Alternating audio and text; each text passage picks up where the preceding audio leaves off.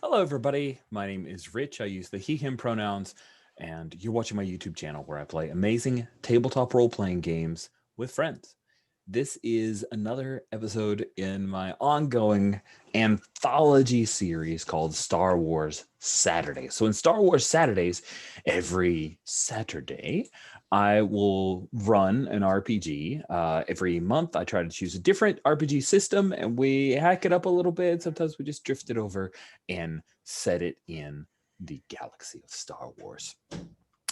And folks from the Gauntlet come on. They RSVP. The Gauntlet is this awesome online community that I adore with lots of friends and fanatics of small press and indie tabletop role playing games. And we come together at the beginning of the month, create characters, talk a little bit about our particular slice of Star Wars because it is an anthology series.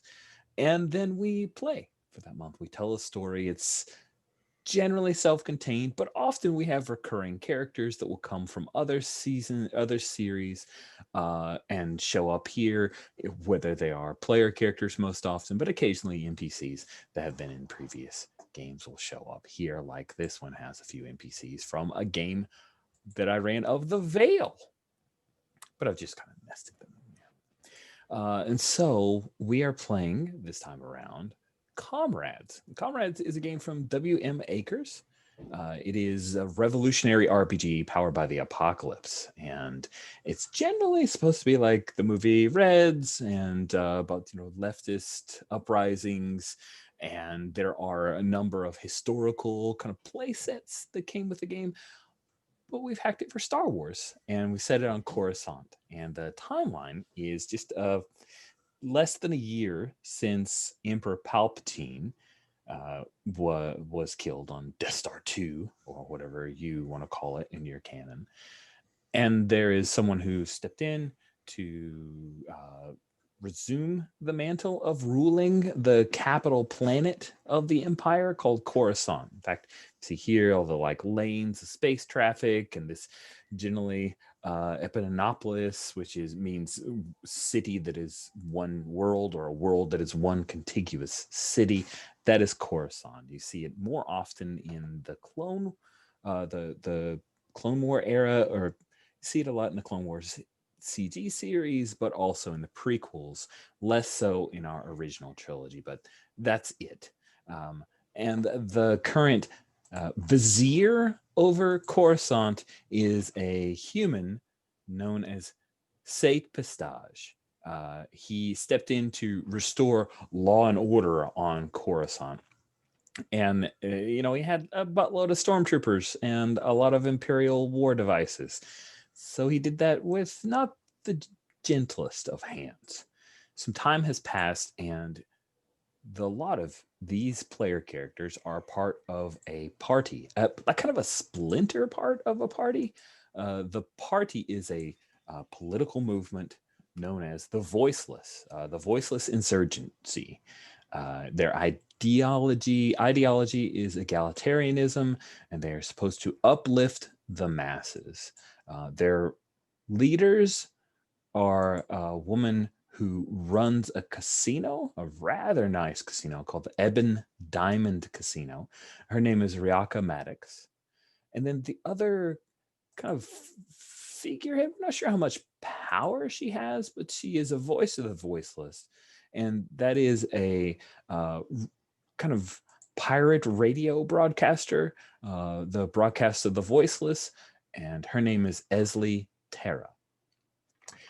Let's see, our slogan, many voices, one word, Winosa, which is Sith for freedom.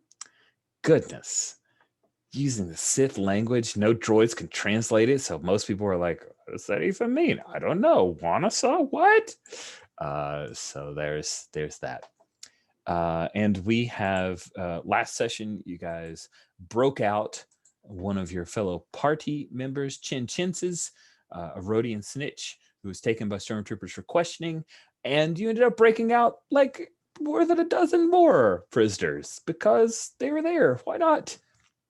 You all escaped back to Setsu's show cantina, traveling via subterranean network of tunnels, and unfortunately, someone was tracked, or maybe it was just a regular shakedown by stormtroopers, but a number of the clientele and the employees of Setsu's show cantina above you were being rounded up and pushed against a wall, and appeared that they were going to be summarily executed, but you guys would not let that stand. And so Lin Linid, unfortunately not here. Cody, hope you feel better. Lin Linid and the lot of you all roused the prisoners and charged up. And with that, you overpowered the stormtroopers. There were some deaths, and then you escaped with those that you could. And that's the events of our first session. We're going into our second session. Last thing before I have folks quickly introduce their characters when we jump into this is to remind you we have some safety tools. We have lines and veils. Lines are things that we do not, it's not content that we want to deal with in our series. And veils are things that we're okay with, but if it's introduced, we're going to quickly move away, screen wipe, like a Lucas style star wipe, as a friend of mine calls it. The lines are against sexual assault, sexual violence, and harm to pet animals, which is good. If I stick in a Kowakian lizard monkey, it will not end up on a spit being roasted. And in fact, we've got a line on this, so forget that I've said that. Sorry. Veils are, that was a Mandalorian joke. It was funnier in my head than out of my mouth. Veils are against death and endangerment of children, and a veil on consensual sex. Then we have a few bits of content that if we feel tempted to introduce it, or we're like, I'm going to put this in my backstory, we just need to check in with everybody before we introduce it. The ask firsts are suicide, mind control, domination, romance with PCs, romance with NPCs, and graphic injuries. That's okay. I would hope that people would check in before romance with PCs is introduced, but you never know.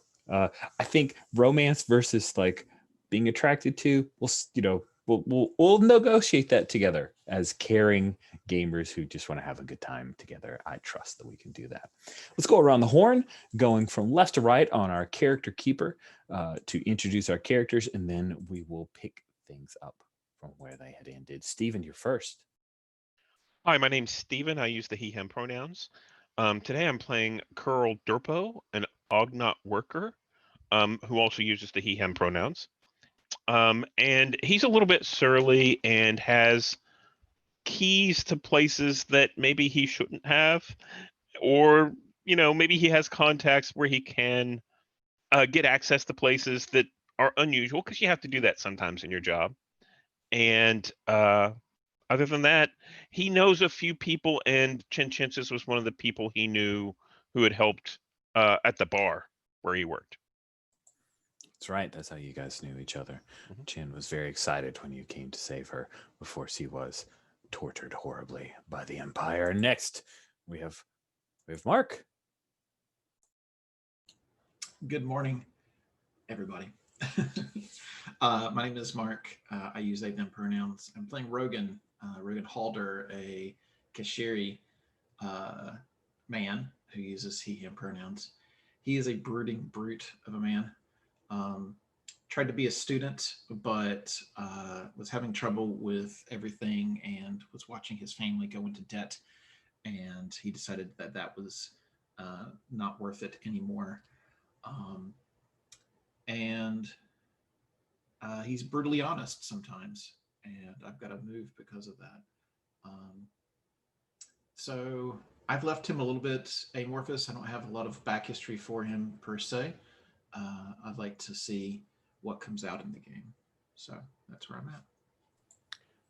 I gotta admire a game that actually gives you mechanical benefits for being brutally honest. Just want to say, I've been called at times brutally honest, and it was not meant as a compliment. So the idea that I could roll dice when I'm being brutally honest, kind of appealing to me. Sawyer, aka Ferret, you're up. As it said, I am a Sawyer, also known as Ferret. I use any pronouns, so you cannot misgender me unless you're being a dick. Don't be a dick. I am playing Charlotte, the Gamorrean. She is the GOP you can love, the Gamorrean opposition princess. And she was raised mostly by droids. When she got a place of her own, she found out her family had recycled the droids that raised her for scrap. And that didn't sit well with her. So most of her art is about droid revolution. A certain Duros, who is sadly not here today, kind of found her. She found him. They found radicalization together. And a good 20% of her work kind of glorifies him as well. She also does mad sick tattoos and has a personal flamethrower. Personal flamethrower, yeah. And so advances, you took an advance for Charlotte where you now have a gang of artists. We talked about it in getting ready to start playing, and probably going to be pulling some people from Setsu's show cantina that you had saved, as well as some of the prisoners. I think that's amazing. It is really cool. I've always wanted a game where like the people that you save are your advances. Like, you know, you like develop this larger and larger party of people that follow you around, and like, you know, instead of getting moves, you get like the cook. And like, I think that's great. And I love the idea of Charlotte having these folks who are prison tattoo artists, dancers, and cooks and the like. So that's pretty great. Oh, is that how Suikoden works? That's really cool. Lots of times. You have 108 people. You recruit a lot. Yikes, that's awesome. All right. So we pick up with like a lot of people who look tired and worn out. We see a few like Twi'lek and Togruta dancers who are still in their skimpy outfits, even though they have like, you know, smoke stains on them. A few of them like a bloody lip, and one person's holding something to their ear as you guys are moving around, and Lin Lanid is helping, giving some back to spray, doling it out very, very sparingly because you guys only have so much.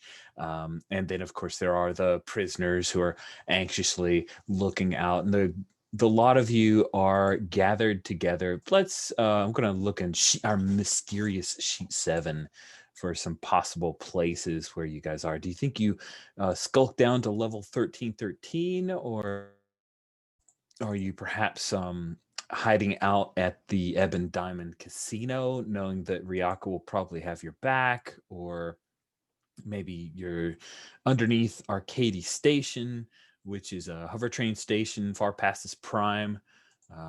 Where do you guys think this scene is taking place? And I'm going to say it's just not long after the events at Setsu's show cantina. So let's I actually go ahead. I put a vote in for this station. I think the station's a kind of a neat setting because it is, if people need to leave, they can just they can go upstairs, and like I imagine that we're under everything. Yeah, I like that. But what were you going to say, Stephen? I was going to say let's talk about it kind of in character. I don't want to go back to the Ebon Diamond because then they might connect us with the group. Yeah, so, I totally agree with that. And I like your idea. I like your idea of being able to spread out if people want to leave by going to the station. Yeah. Also, a large group of people at the station is not necessarily something to think too much about, right? You know, if troopers come by and see some people at a station, that's because they're waiting for the train, right? Especially when we look like we've been in a fight. So that might raise some questions. Yeah. Well, the ability to leave as quickly as possible is what's on my mind. And level 1313 is something we should save for only whenever we're in the direst of emergencies. That's a dangerous place. Yeah, I'm not taking my gang to 1313 yet. So you guys are underneath one of the large Duracrete columns that supports the above ground structure of the hover train. You know, there's this like track that the hover train, I'm kind of imagining it's a little monorail-y, even though it uses, you know, turbo lift and speeder functionality, that it does have like an anchor that will help it to move faster, and also folks know to stay away from it. So, you know, the hover train zips across, and there are occasionally those shafts of light as everybody's looking at each other. And then one of the prisoners is talking to a cook that Charlotte, you've kind of influenced enough to where you feel like they're going to be one of your gang of artists, and they click through and find on a comm link the Voice of the Voiceless broadcast. And soon you hear this like rousing music that's filtered through, and you hear the soft tones of Esley Terra. She always begins kind of softly with the general like, greetings, comrades. The voiceless now has a voice. Listen to me as I tell you the stories of the revolution. Across the galaxy, the New Republic is growing in power and influence, freeing people who once lived under the tyranny of Emperor Palpatine, who is dead. Dead. Emperor Palpatine is dead, and we must not forget that, friends. There were no clones. There is no coming back. Emperor Palpatine is dead, and the Empire is falling. I must share with you that Lavasar, the planet on the edge of Warlord Zinj's evil empire, that which he's held on to control even though the New Republic is encroaching, Lavasar is free again. Dathomir, home of the Zabraks and the Night Sisters. So long has it lived under the tyranny of the Empire. Their men and their women taken up, forced to serve the Empire, forced to become brutal warriors. They will be free soon. The New Republic is encroaching on Warlord Zinj. The Outer Rim is free. There are only a few small planets with tiny vestiges of the power that the Empire once held. The shackles are breaking. Across the galaxy, freedom is coming. Here on Coruscant, my friends, we are fighting for our own freedom. I must share with you what you will not hear through the official broadcasts. The broadcast will tell you that terrorists bombed the Setsu's show cantina, but I give you the truth. Esley Terra, a member of the Voiceless, will give you the truth. Stormtroopers came in this night, came into Setsu's show cantina with no warrant, no reason whatsoever, and they lined up the people. They were intending to kill everyone at Setsu's show cantina. But members of the Voiceless were there, rising together, worker and revolutionary together, fought stormtroopers, bottles and glasses and sticks against blasters. And guess what, revolutionaries? Guess what, people of Coruscant, brothers and sisters and siblings and lovers? We overcame. There were prices paid. There are people we will remember. But those stormtroopers, they ran. They fell. And while a cantina may be burning, it's because the people became free. Do not give up the fight. The voiceless will be heard. We have one word. What is that word? Buenosa. And there's rising sound of the intro again. It's a little bit of like fanfare, and then the broadcast winks out, and the people around you guys are like fired up. Like, this is exciting. They've been part of something. They've been memorialized. Even the people that some of them are sadly thinking about.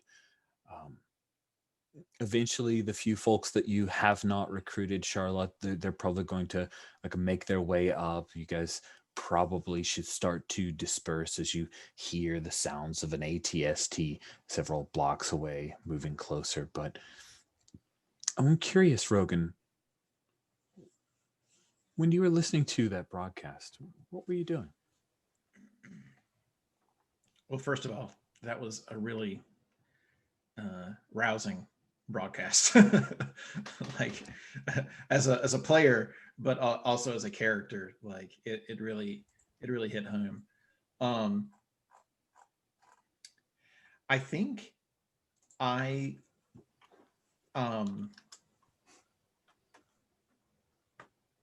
I think I was at least with at least one NPC, but if there were more that it makes sense, I would do this.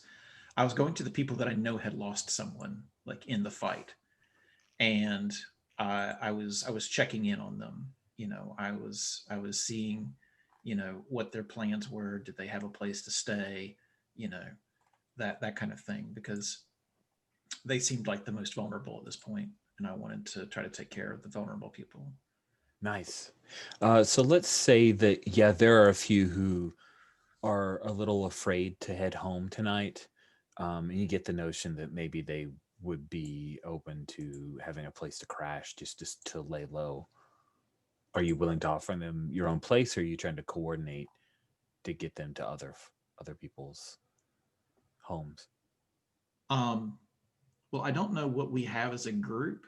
I kind of imagined that we had maybe a flat of some sort, but Okay. I'm into that if everybody else is. What do y'all think? Do we have a shared space, or is that too much of a vulnerability? So I think Curl, because he still has a job, has his own place. It's not pleasant, but I think he has his own place. But I wouldn't be against us having like a communal place. It could just be slightly smaller for the two of you if you're interested. Yeah, I'm fine having a communal space. I'm pretty sure Charlotte and Lynn have like at least a shared space for those who actually believe in the religion. And I think like that's where she probably has her studio. So it's like, Yeah. I was So definitely we probably have a meetup place, and Rogan can stay there. Okay. That might be a good place for the rest of these people. Yeah, that's what I was thinking. and I think Charlotte will actually will be trying to get the most injured and take them to Linlinid's place. Because I mean, like, if you're taking injured people to a church to get, or what amounts to a church to get taken care of, it's a lot less. It may not be as obvious as going to the hospital, but it's probably going to be not that questioned, I would say. All right. Cool. You know what? If you're trying to smuggle these people back to your communal space, let's have you guys sneak. Oh, okay. How does that work? So we have a move called sneak, and I'm cool with whoever wants to lead the fray to make the roll with guile. Don't forget. Oh, everybody looks like they're in the sheet, but in case you need the rolling room, there you go. Oh, right. Does anybody need a quick refresher on the die roller? Nope. Okay, cool. All right, so who's leading the roll? It seems like maybe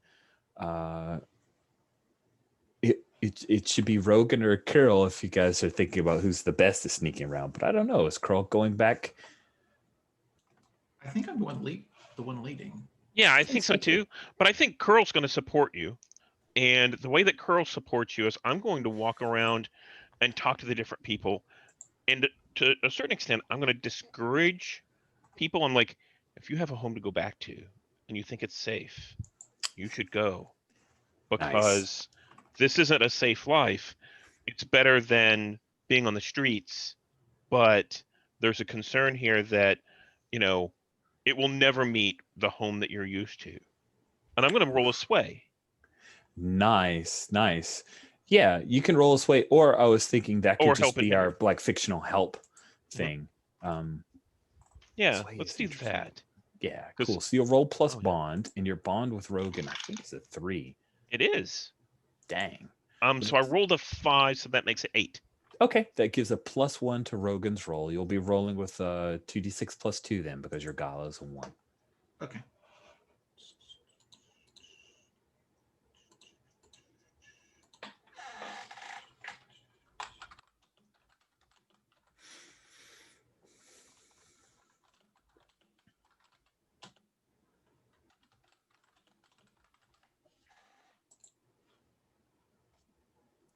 All right. Don't betray me, dice. All right. On a 7 to 9, you got a 9. On a 7 to 9, if you check under moves, it's on column B. You get to pick one. You waste no time. You incur no costs. You draw no suspicion. I definitely go with we draw no suspicion. Like, Okay. that's, So that's that means I want to get something safe, whether it costs me or if it takes a lot of time. I'm willing to do that. Yeah, I think that makes a lot of sense to me. So then that means by choosing you draw no suspicion, you'll be able to head back. I think, Charlotte, you were going as well. Carol, were you going, helping them go to this church? Yeah, I think so. I think I'm kind of splitting everyone off, and that way the group is smaller. Those who can go go home, but we're all headed towards the church. Yeah. Cool. So then by breaking into smaller groups, it takes a long time. Like the sun is starting to rise by the time that everybody is in the church and accounted for. There were sounds of APCs or troop transporters that zip through several times. You guys have to hide in alleyways or duck into little shops. And then when it became so late that everything was closed, became even more harrying. And I'm going to say that everyone takes effectively one harm due to stress. That is the cost of all of the work that you're doing. But eventually, tired, hungry, hurting, all of you end up in this small church. So, Charlotte, this is your place, and I know you wouldn't have just let it stay as some boring Duracrete flat. Tell us a little bit about this church. What are a couple of the things that the camera might pick up to highlight how you've made this place more holy? I think there is a Gamorrean fertility goddess statue that has been like this big, hefty sow woman, but she is covered in like what would be a very lewd statue in many ways has been covered in like a Duros virginal robe. And like you can see, like every member of the church probably has a similar tattoo, not nearly as complex as Linlenids on like the eye, like maybe depending on how much they have found or seen, there's like the different line on it. And but I think like the most telling thing is this the type of I'm thinking of like one of those old combat droids, like the assassin droid, those huge hulking ones from Rogue One. Oh, But yeah. it is dressed in like those holy robes, and I think has like just a like in each hand has like a decanter of like different liquids per different types of like dietary restrictions on aliens, so like everyone can have a drink. And like sensing the stress, it like just sort of like clomps over and begins dispensing liquids in many cups. Nice. So you've retrofitted the ability to dispense liquids in a KX series security droid. That's delightful. Very weird. I think there's a moment where your brother, who was part of Charlotte, part of the family that kind of broke down all of those droids, right? He unapologetic about that. But he sees the matronly Sao, the Gamorrean goddess, and there's a moment of reverence in his little piggish eyes, and he sees that, and he kind of inclines his head to that. And then the KX series droid comes around offering refreshments, and he kind of scoffs that. He's got the normal disrespect of droids that the rest of your family has. So, mixed blessings, family. But yeah, Dorok will definitely be hanging out here, maybe for too long. And I think that this KX series will come up to you, Carol, and say, Greetings. Carol, would you like something to drink? And I think Curl replies yes, the usual, which is a thick drink that has some sustenance in it. It's got some protein in it. It's not necessarily pleasant, but it's something to kind of refresh and give a little bit more energy. Ah, the refresher. Yes, of course, Carol. And then the droid will kind of reach out, and the wrist clicks a little bit as it kind of shifts over to dispense a different liquid, and it kind of pours it into one of the little drinks and says, I'm attempting a slightly different mix.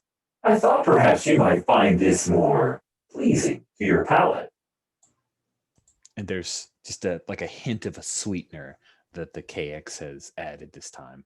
How does Curl react to someone trying to sweeten his protein drink? This is adequate as usual, but don't use up too much resources for it. It was fine the way it was. Affirmative, Carol. I see that we will have many more guests for a time. As usual, until we have a chance to disperse them among the rest of the voiceless. But yes. And that's when I'm kind of imagining we get a look at all the people, and Setsu's show cantina hired a lot of, it couldn't pay much, right? And humans can make a lot more money doing the same kind of work at other places. So yet again, your splinter of the voiceless, you guys are filled with non-human alien species here, the outcasts among outcasts. And I think, Charlotte, one of Lynn's and your cohabitants, Melancholy, is here. Collie, as Melancholy goes by, and Melancholy wasn't his name before. He's just taken on the name of Melancholy. He was once a dancer and pleasure consultant. The Zeltrons are a very attractive species in Star Wars, and they also have pheromone control, so they can make themselves seem even more pleasing to the eye and also bring and heighten pleasure. So as a pleasure consultant, it's not exactly a euphemism. But Melancholy lost his job as a pleasure consultant when there was an Imperial officer who scarred and marred him over an disagreement over payment.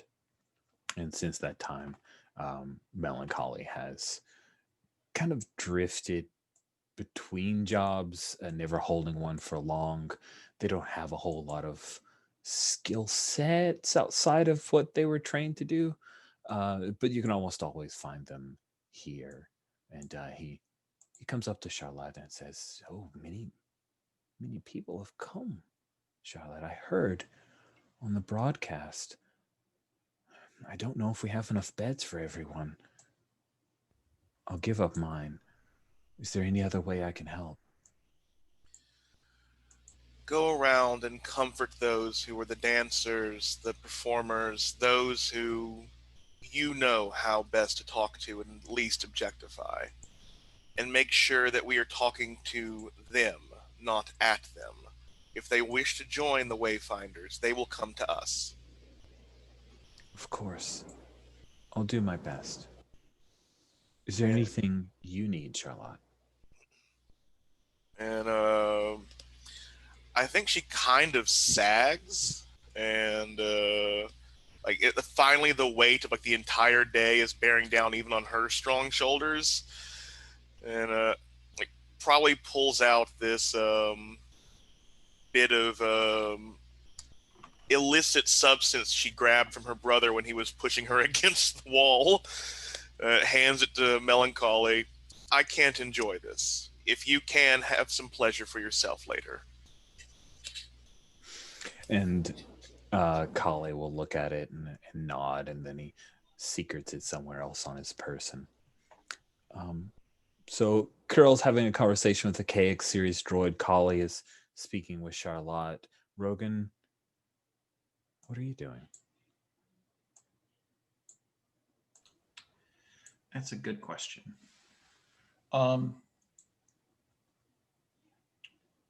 I'm thinking that one of these people is standing out to me, but I can't figure out why. And I'm talking to them because of that. I don't know if it's because of they're a rare race, or I know them from something in the past, or something like that. But I'm looking for that kind of hook for someone. Okay. School. Maybe I could have gone to school with one of them. Oh, that sounds fun. Yeah. Yeah. So some person that was also in the same school as me. Maybe even someone that I felt either like a kinship or a rivalry to, some sort of deeper connection. Ooh, I kind of like the idea of somebody that you felt a little bit of a rivalry to, and now there's the like, wow, that didn't get as much. Look where we are. Yeah. I think, how do you feel about, and I'm sorry, this is going to be a weird URL, but what do you think about a Mirialan? They're green skinned, often have facial tattoos. Perhaps a Mirialan is, Sure. he's That works for me. cool. So let's grab, let's see here, Mirialan name generator. Those are terrible. Okay, they have very weird names. Or this name generator is weird. 4 pages in, and I'm going to give up on it. What is the subject that the two of you had in school together? I'm thinking engineering. I'm thinking that's why I was able to set thermal detonators at specific spots and deal with things like that. Like I think that's the degree I was going for, was engineering. Nice. Let's say that this Mirialan, who you were a fellow student with, we're going to say that his name is Chadro, and he notices, like, the conversations was struck up when he noticed one of the detonators that maybe was peeking out of your bag or on a belt or On a bandolier. oh, on a bandolier sounds even better. Yeah. So he'll like reach out. I'm literally walking around as an explosive. Good Lord, that's awesome. And he's saying, Rogan, and here I thought you just dropped out of school, but you decided to work on applied physics.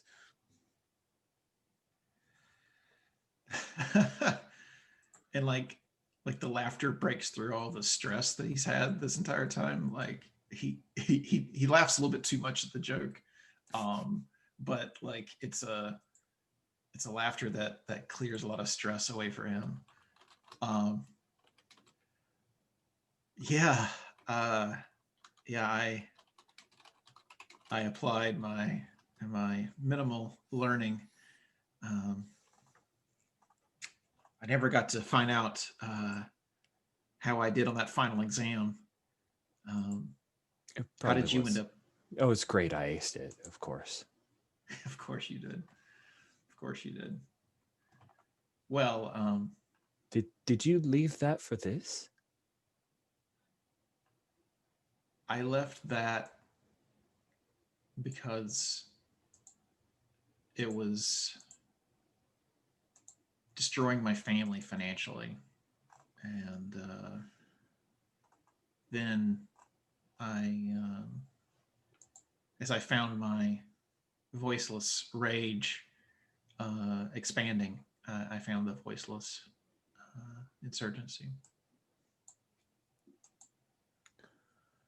There's so many protests that the academy's been shut down anyway.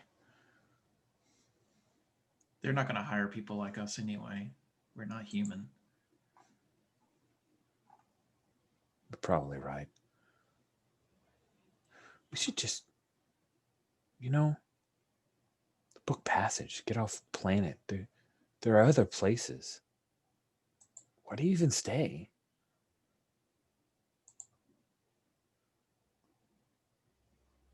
I have family here. And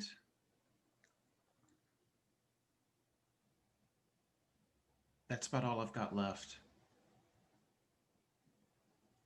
I have this chosen family, and I have my birth family, and neither of them are the best family. I'll tell you that. But if I go out alone, then I've thrown away everything.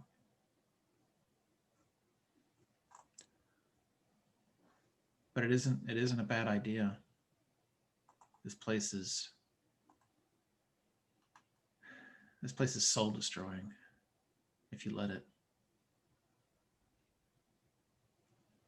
Yeah.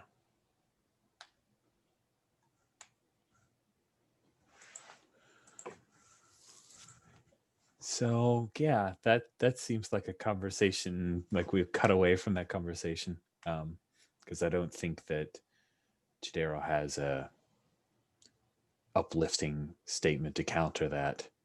The weight of what you've been through over the last evening is still pretty heavy for him.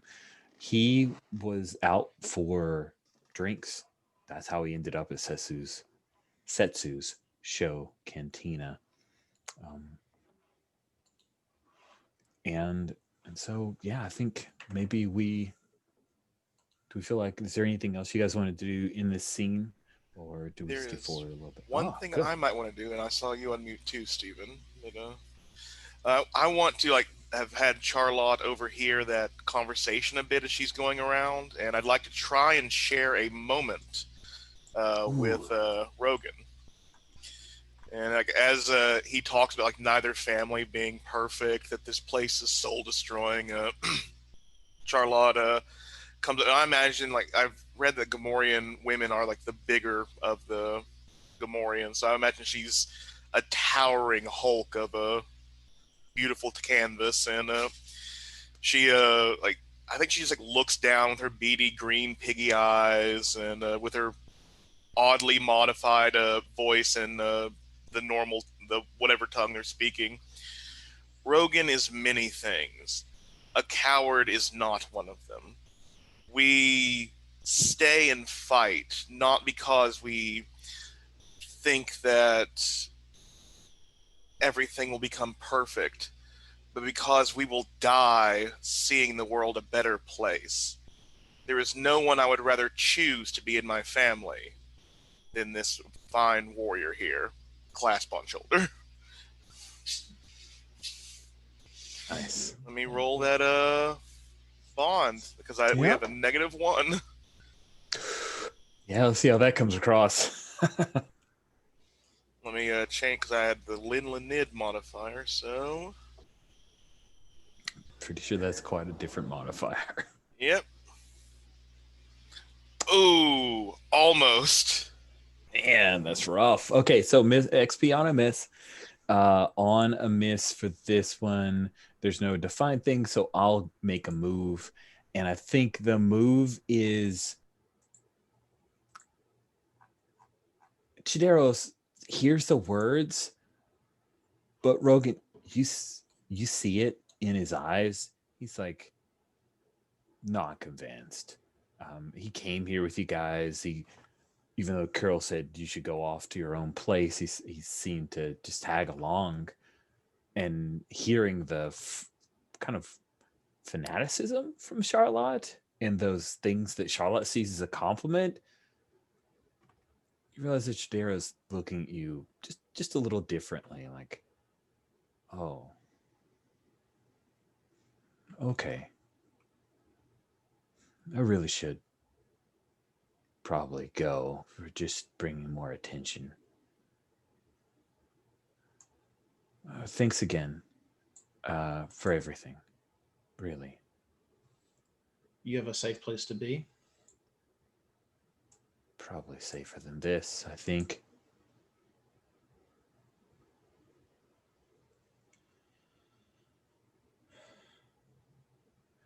Be safe. I will. Listen. And he reaches up and he puts a hand on your shoulder, and you feel his thumb across your neck, not pushing you, just lightly. He says, listen, if you ever want a safe place away from family, You know how to get in contact with me.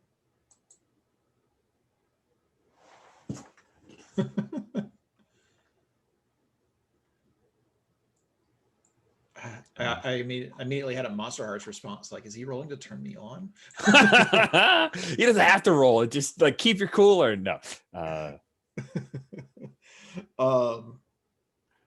Can't share a quiet moment with an NPC. It's with a comrade. So yeah, right. it just Right. he's gonna leave. What do you do?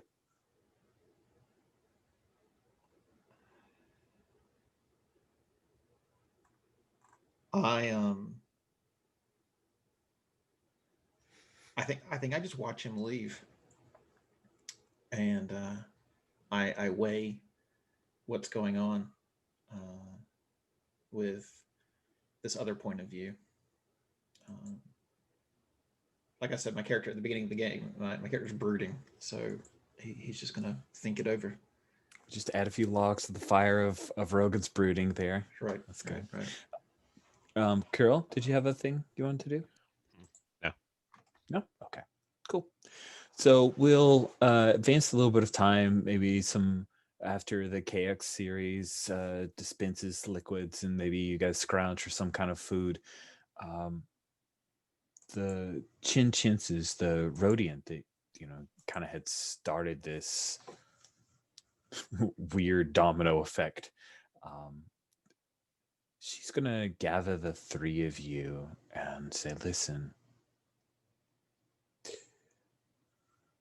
there's going to be some activity tomorrow. The Voiceless want to use what happened at Setsu's show Cantina as a tip of the spear. Ryaka is trying to organize people for a gathering. It will be broken up, most likely.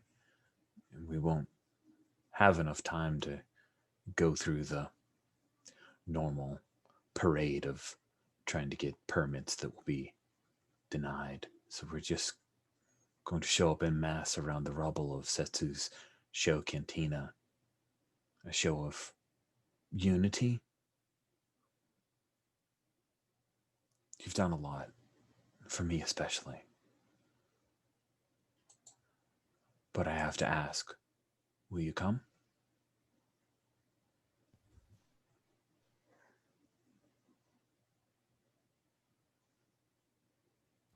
Kiro? That depends. Are you looking for martyrs? Or are you looking for dissidents?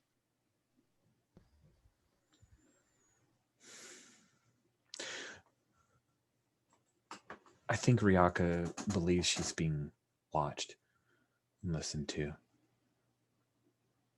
So she only asked for people who wanted to mark the occasion. I think we probably want to provoke something.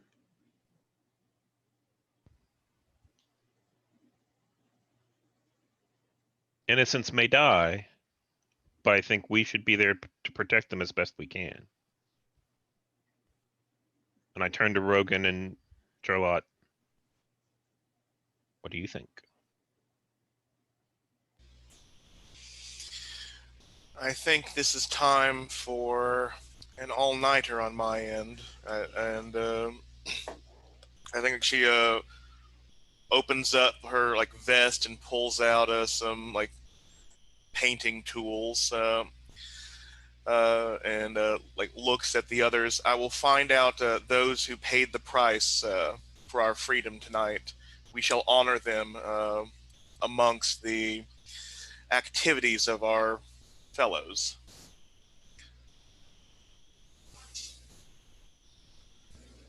I'd like to maybe take a look at the location and on maps and stuff like that. Rogan wants to look at the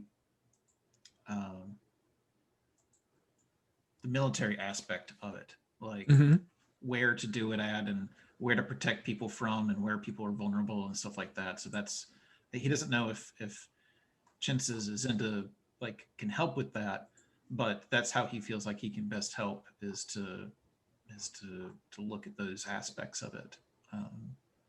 And he like, it's not like the place was chosen by other people to be safe. This place is like chosen to be there because of its history, and so there may not be any safe spaces, right? So he wants to know like what these people are getting themselves into. Cool. So let's say that Chin Chin's was valuable enough to the party. So we'll say that maybe she didn't have anything because you broke her out of prison. She can quickly access a data pad and start to bring up some of the area around and help you get a look at Setsu's show cantina. It was kind of an after hours bar, so it's near an industrial sector where a lot of people came after heavy labor. So there are a number of factories there. Setsu's was also a place that had a lot of non-human clientele, like the people that are standing around you right now. So it's not fortified. They weren't allowed to have much in the way of protection. So the fact that it went up in flames is not a surprise. But if you want, you can make a what's going on here roll to try to assess the situation a little bit more clearly and ask some questions. Okay. So, but as a general question, this is taking place inside it and not outside. No, it's in the streets. Like Chin Chin's is explained, they're going to like mount in the streets. They're hoping to have so many people they couldn't. And Setsu's is literal rubble. Like, okay, that's what I thought. That's what I thought. Maybe they circled back around, did more damage to it, but yeah, when you said terrorism, I was thinking, I was like, we probably didn't leave it like a terrorist act. So. Nope. Yeah. Okay. Mine. But it's in rubble now, so Yeah. I keep describing things that aren't on my character sheet to back it up. Okay. 2d6 minus 1. Hey, XP on a miss, man. It's all good. Yeah. This is how you get a shock bat. I've gotten my shock bat. I know. You get 2 shock bats. At what cost? At what cost? Little shock bat.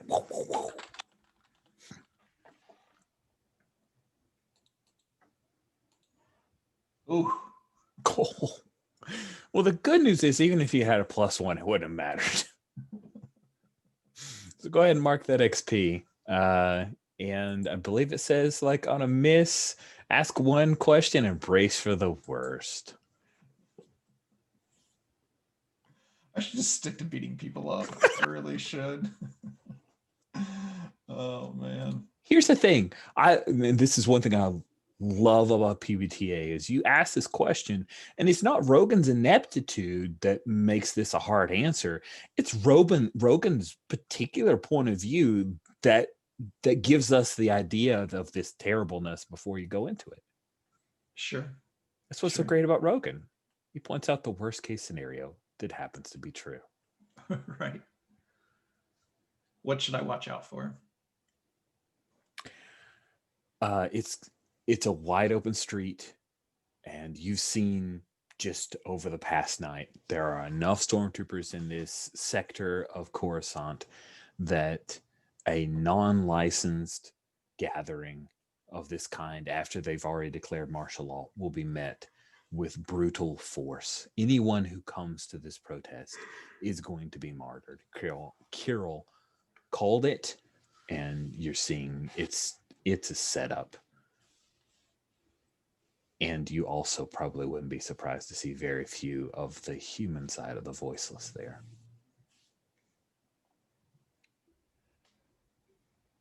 I don't know that I agree with anybody going there. I think I'm going to go. I mean, I'm talking with. I mean, I imagine I'm at a table with Chintzes and looking at data pads and stuff like that. I'm like, this is a better death trap than the prison that you were sent to, there are going to be more people dead from this than... This is wrong. And I think This Curl is- comes over and sees this and says,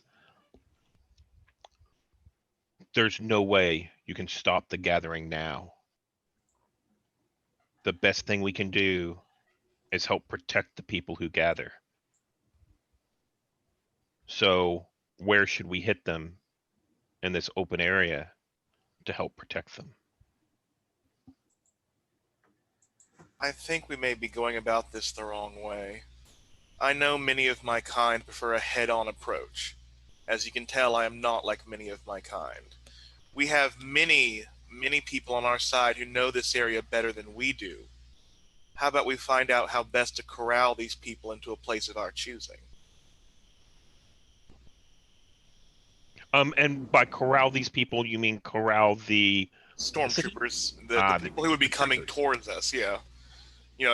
And I think I would like to utilize my gang for the first time and go around asking, you probably worked at a factory and Setsuna, so what's like the best way to what's the best alleys to lead these people down? Where are the cutoff points? Where are the choke points? Where can we get them to where the stormtroopers have to come in a line and we'd have an entire battalion against them, kind of thing.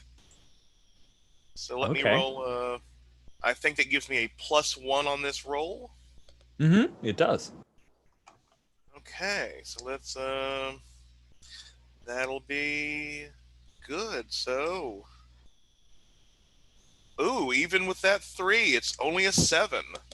Wow, squeak that by. Man, you almost made some XP.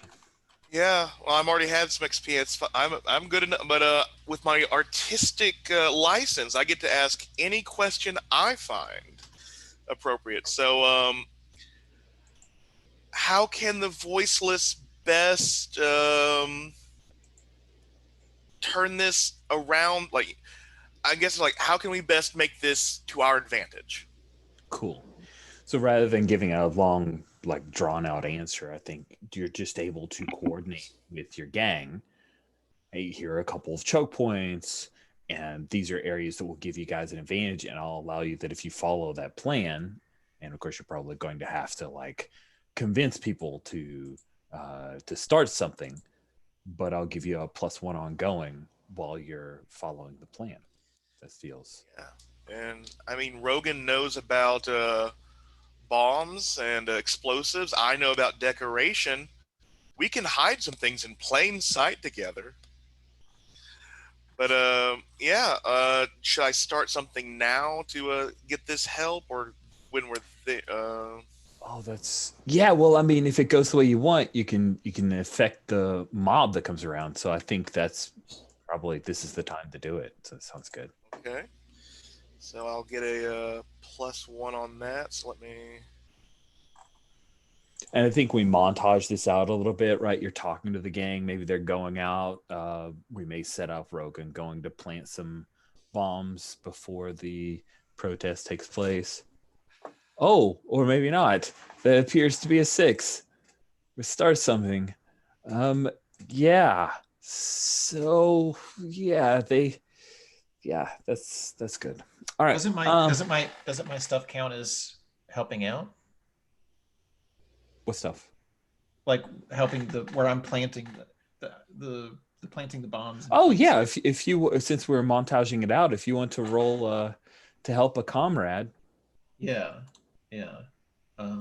Roll plus your bond with Charlotte.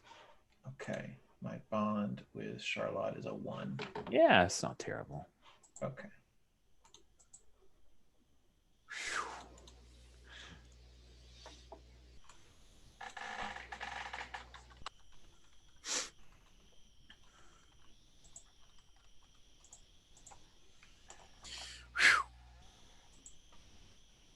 We need this, Charlotte.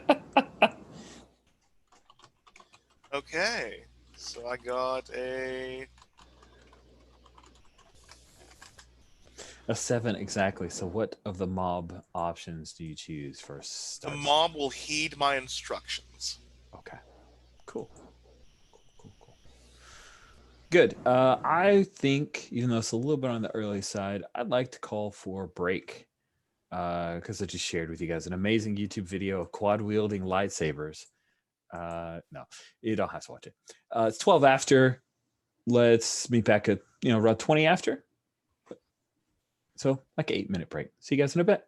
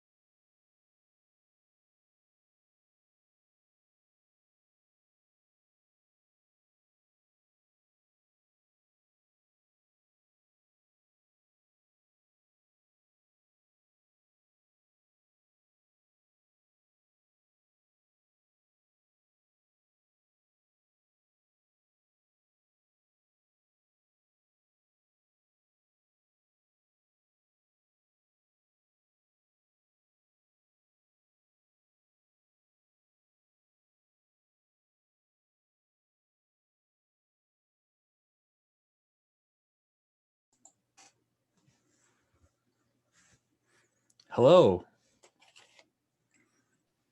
Welcome back, everybody. So, I'd like to jump and kind of hard frame the protest taking place at the rubble of Setsu's show cantina. And then if anybody wants to say, like, I want to flash back to a scene going there to set stuff up, I'm open to that. But I just kind of, I want to like jump straight into that return from commercial, big splashy thing. Does that sound cool?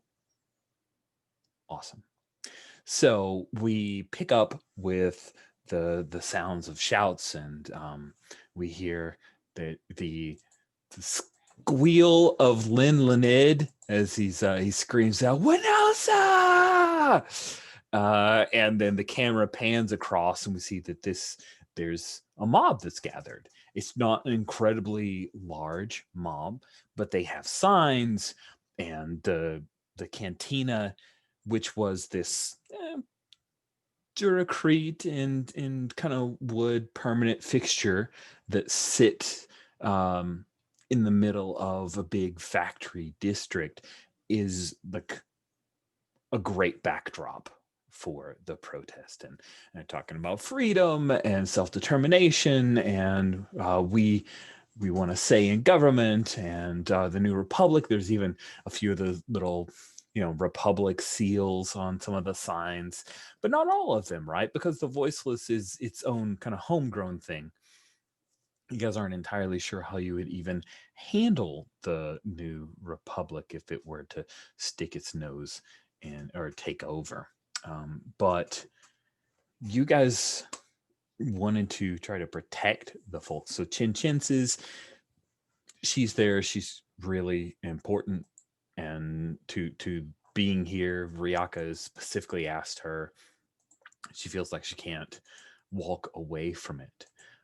So I'll ask you each. So is Duroc, your brother, there, Charlotte?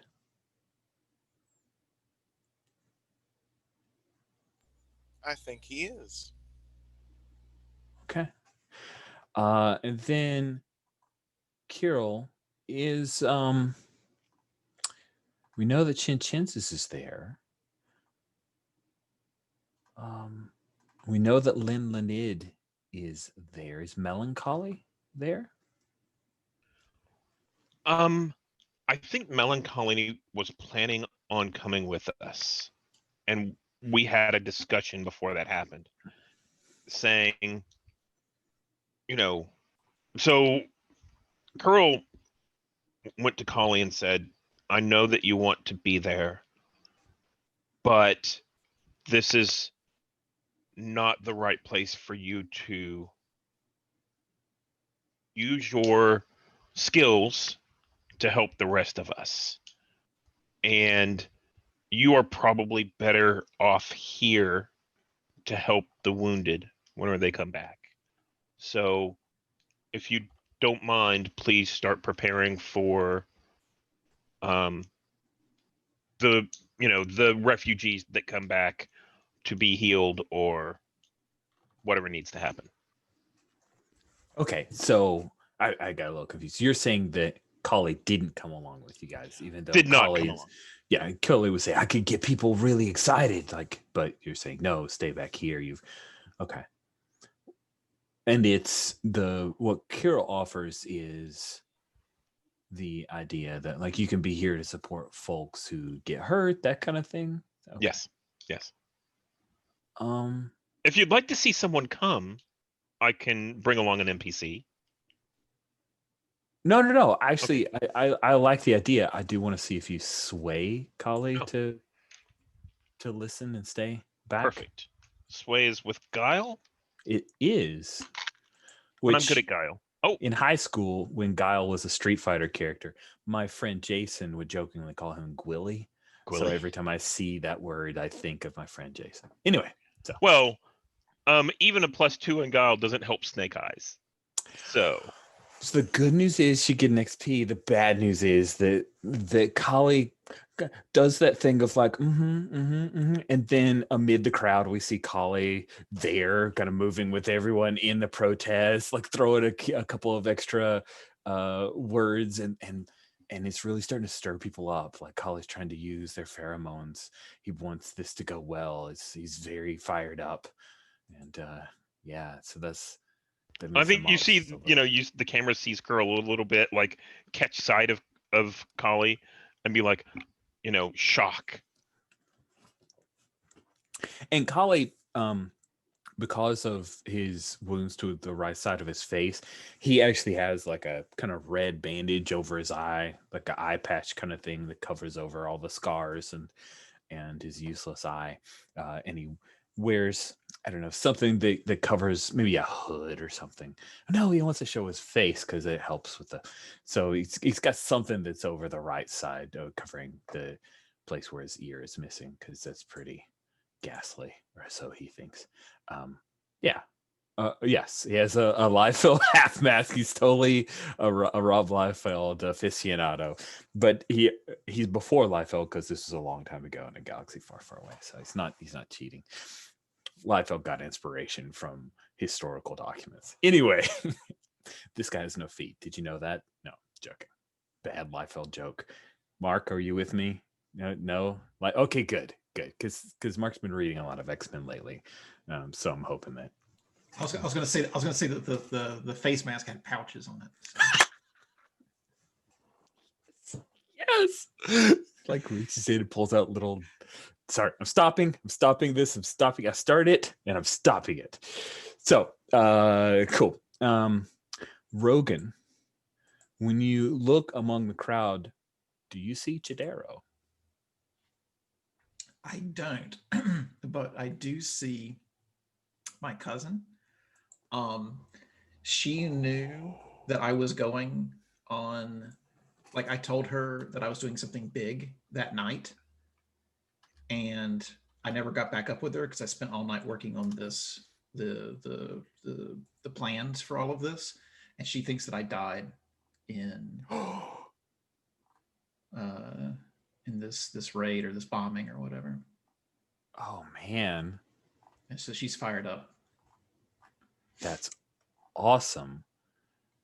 Oh yeah, so we've got a sister, one of Rogan's family. They're not great kind. That's so good. Sweet.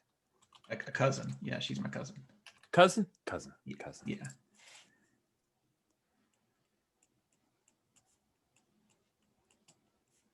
I think I'm an only child.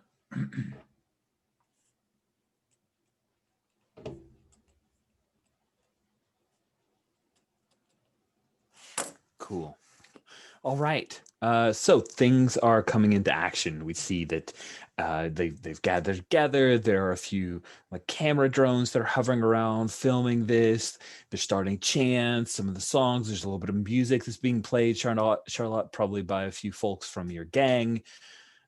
And sure enough, you hear the low rumble of the ATST, and you see an APC armored personnel carrier with troopers come in.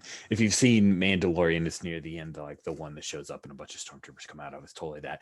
It was Kenner actually produced one of those. I always wanted it. It was super expensive. It was like not as expensive as the Millennium Falcon, but like still out of my range, which was, I had an ATST and a TIE Fighter, the only big, and a land speeder, but it was a Hot Wheels. That's it. Most everything else was action figures, guys. It was mostly action figures. The end. So yeah, the APC comes out, a bunch of stormtroopers file out, and they start to form a wall, and you hear over the loudspeakers of the APC as one of the voices says, Citizens, please be advised this is not an authorized gathering. Please disperse, or you will be arrested. and the crowds are roaring back. They are not listening to those initial points. So Charlotte, you've got the little bit of play in here. Rogan Part of the plan was you planting some bombs. So what do you do, Charlotte? Ooh, I think I give Rogan the signal to set off the first one as our distraction to try and start leading them where we want them. Ooh, nice. So I think Okay. maybe you're trying to force the issue here, Rogan. Are you maybe hitting enough talk?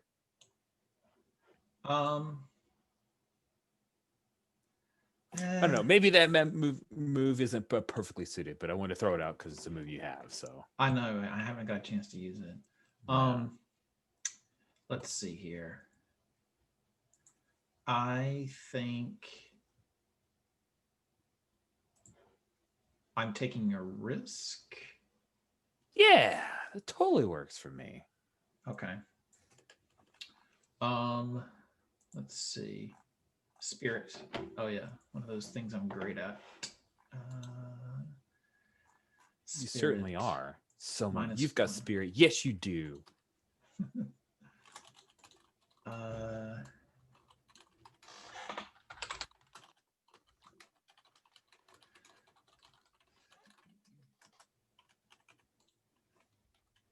Whoa.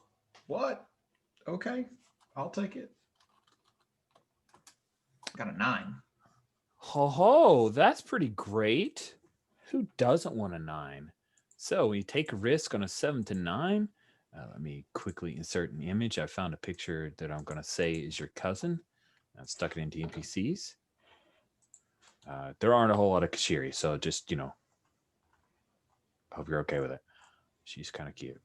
So hope you're all right with that. 7 to 9, your risk pays off kind of. The GM will tell you what went wrong. I forgot this game calls me a GM, even though it's a PBTA game. Dang it. I like being an MC because, MC Rich has like a rapper name to it kind of feel. All right. So here's they're going to bite. You set off a bomb.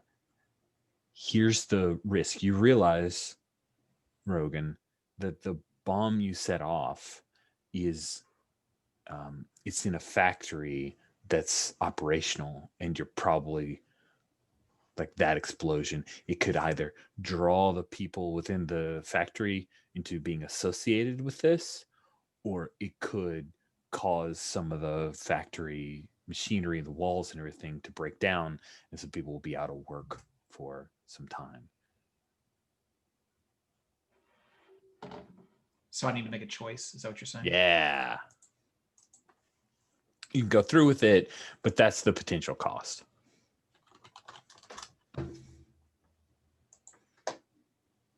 Maybe in the scans, you got bad information, right? So this is a thing where you planted the bomb based off of what Chinchins was able to gather, but it was out of date, right? You guys had to compile several different things. So it wasn't a thing where you willingly planted this bomb. You're just now discovering, now that you're on site, oh, hey, this factory that's going to get these guys, pull them out where the stormtroopers are going to file down an alley and kind of bottleneck. The problem is that, there's some risk to the people who. So it makes the most sense to me that we informed people to get the hell out of the area. Okay. So I think it makes more sense that I've ruined some of their equipment and their livelihoods. I'm into that. Yeah, that sounds good. I mean, it's a pretty obvious protest you guys are doing, so I think giving some folks a heads up that this thing is going on makes sense to me. So I'm into it. Yeah. I'll call them. I just won't call my cousin. So. I mean, priorities. # priorities. So yeah. Sweet. The explosion goes off. A number of people in the protest kind of like duck, and there's like rubble that's spewed out onto the street. And one of the stormtroopers says, Hey, what's going on over there? Come on. And he grabs half of a squad, and they start to head down the alleyway, which is drawing them away from the protests. They're falling for the trap. Charlotte, did you have a part to play here?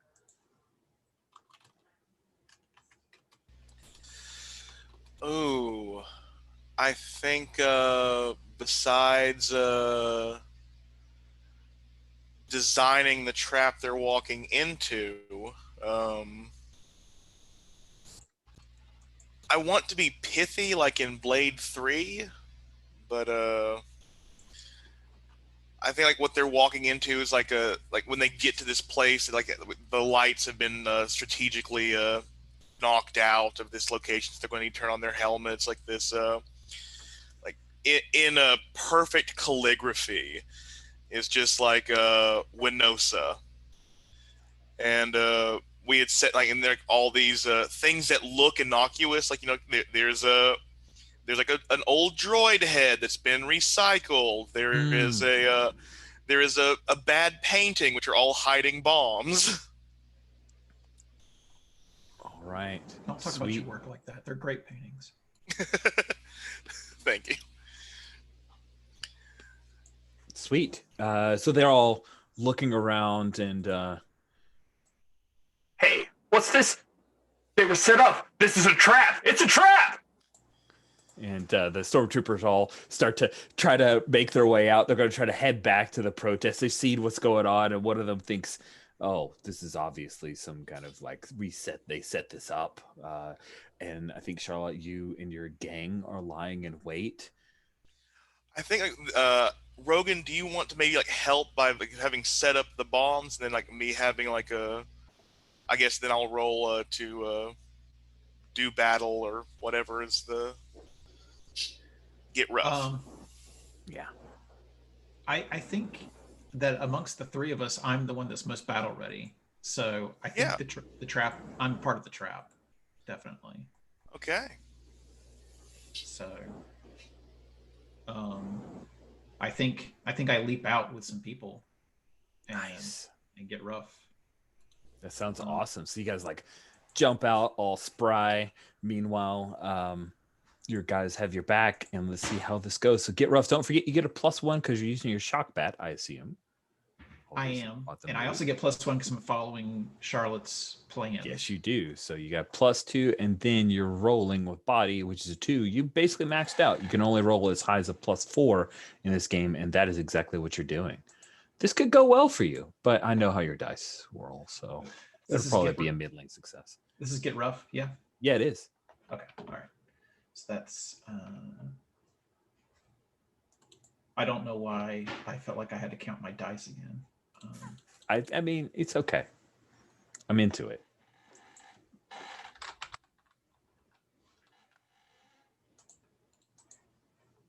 Still an 8. Wow. Jeez. The dice do not love you right now. That is pretty okay, though. All right. So on a 7 to 9, deal harm and pick one. You deal great harm, you take no harm, you disengage. So I'm up front and close.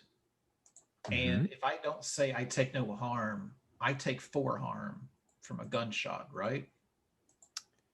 I don't. So I'll just be fair. I don't think these guys shoot you guys as much as they're going to use their guns. And if any of them have shock batons, they're going to thwack you. So you're looking at 2 to 3 harm. Okay. All right. Then I want to deal great harm. Okay. All right. That is nasty. So are your guys looking to kill, or are they looking to like break these guys up and leave them kind of curb stomped in the alley? In my mind, what I meant by great harm was like psychological, like they're not willing to do their jobs anymore kind of harm. Okay. I will say that with the gang options, I did not choose they'll be peaceful. So, I mean... I don't think I can control these people. Yeah. So your choice is like try to break their spirit, that kind of deal. All right. Sweet. So you deal great harm. You end up, a couple of the stormtroopers fall by your shock bat. Maybe you break an arm. Maybe you club one hard enough to where it hits. We see the helmet kind of splits, but we don't see a lot of like graphic gore or anything like that. But then you look across to the other members of Charlotte's gang. who jumped in with you, and Duroc is like trying to rip a stormtrooper's arm off. He heard Wookiees can do that. He figured maybe he can. It doesn't quite work, but he does dislocate it, and then he ends up just getting angry and like using that arm to pick the stormtrooper up and club someone else with it. And then things start getting a little vicious, and you see that the half squad that was left behind, that were trying to still quell the protesters by telling them to stand down, they're now being called in to try to give fire support. They're coming with blasters. So what do you do, Rogan? Oh, Krill, where are you? Before we do the Rogan, Kirill, where are you at? What's going on? So I Getting out of hand. I think I've been kind of mingling with the crowd, kind of off on the side, watching all of this go down. I expected the explosions. I think that's all a part of Charlotte's plan. But if you don't mind, I think I'm kind of part of the escape route. And I tell them all. So the plan was, they need to go in, hit the troopers, and then get out. And getting out, they retreat back towards where the crowd is gathered, towards Setsua's cantina, the rebel. And then I'm going to, I think we see a flashback of where Curl, went into one of the working areas where there's like a garage. And equivalently, I think what he's done is he's wired up the equivalent of a diesel semi truck, Mm-hmm. and he's chained up a couple of them to supports, and he's kind of aimed it just right. And you see Quirrell, after the flashback, hit a button, and that diesel rumbles to life and smashes out the supports from that building and the side of the building. And I want to see that come down to protect the people as they retreat. Basically putting it between the troopers and the rest of the crowd, so the rest of the crowd can disperse without being hit by the troopers. Okay, yeah, no, that sounds like a really cool plan. I don't think your personal playbook moves apply here, right? Could I use good with your hands, which is altering something beyond the maker's intent? Oh yeah. Although if it's too powerful, then it's too dangerous. Those are a couple options we'll talk through. But yeah, that sounds like a cool setup for your role. Let's do it. That sounds good, and that's with mind. Yeah. I rolled 10, so that's an 11. Wow. Oh, there we go. You're real good at this. That's awesome. 10, it works just like you expected. There's no rough choices to make here. Yeah, we see this like huge hoverlift truck come out, slam its way in. Maybe it's one of those like crane back things that was used on some construction. So it's just big enough to deconstruct some things. Part of the building collapses before those, as the stormtroopers are starting to take aim in the darkened alleyway. And that's enough for a bunch of tumult. And it kind of breaks up the protest, but I think everybody saw what was about to devolve there, so the crowd's going to start to disperse. But I'm curious, Charlotte, Rogan, you guys knew this? Like, Carol, you gave them a heads up, this is our escape route type deal? Yeah. So there are some stormtroopers there, Rogan. One of them, their helmet has been pulled off, and you see that one of your compatriots, one of Charlotte's gang members, a Twi'lek, she has her hands around the stormtrooper's neck, and she's trying to like choke him to death during all of this. Like, there's dust up in the air, there's a lot of screaming. What do you do when you see that, Rogan?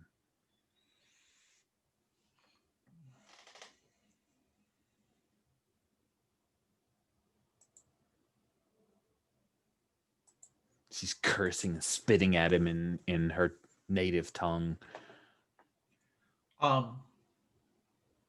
If you don't mind me being a little bit of a GM for the moment, I think at the same time I see that my cousin is being beaten. Ooh. And I have a hard choice to make. Yeah. I like that. I was imagining like, can you see past that? But I think that's a great dramatic set of polls. So I'm Right. into it. Yeah. And I will definitely go after my cousin, and let this stormtrooper die at the hands of the Twi'lek. Nice.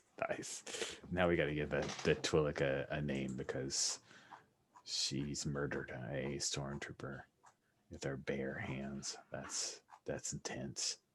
Yeah, we need backup characters. How much harm did I take? You took 2. Took 2 harm. Okay. Yeah, you're fine. 2 harm. It's a joke. Well, I already had 2 harm, so. No way, really? Yeah. That's right. You did. Nobody healed you? Oh, you guys are bad at planning. So. I don't know if you would have killed you offhand. I how think about this? maybe you're going to have to be held. Maybe. Okay. Sorry. I should say, like, remember when I said that laugh from Chidero, like, relieved my stress? One of the harms you gave us was from stress. Let's say that. Okay. Let's say you lost that 1 harm, so now you're almost dead. I mean, Yes. There's a part of me that wants to see you be cradled, but I don't want to do that out of hand. So sure, you healed 1 harm there, and so now you are on the border. You fought that big nasty fight with your shock bat, and now you've run off, and you save your cousin's life. And Mana, you think Mana? Sure, that works. Mana Sion? Mana looks at you and she goes, I thought they killed you. Wow, you're rough. You're in rough shape. We got to get out of here. And so I'm like, we're both picking each other up by, we're both trying to get out. Like we have our arms on each other's shoulders and we're trying to work our way, but now we're cut off because the escape route has already blasted and stuff like that. So we have to find an alternate route home. Nice. It's the way I see it. I don't want. Well, let's see, Charlotte. Your crew is in the pit. This is getting pretty rough and tumble right now with your gang in this mix. You've got a bit of an escape, but they're pretty vicious and maybe interested in taking out some anger on these stormtroopers. And you've got to look out for your gang. So I think like the one bit of like droid usefulness, and because droids are always useful no matter what they are. Like Charlotte kicks it, it breaks, this oil or liquid spills out in the alley. She pulls out her flamer, and basically she's lighting it up so that they're cut off, so they'll have their own escape route, I guess, or like basically keeping the stormtroopers who were coming to deal with them away. The stormtroopers who were already caught, we'll have time to take out our anger, then get away, is what I'm planning. And I think I need to act under. Take a risk? Take a risk, because, I'm setting something flammable light. Yeah, buddy. That sounds awesome. And I will throw it. Does you think, waiting for the proper moment to light this will count as my perception medium? Sure. So let's. I don't think I have a.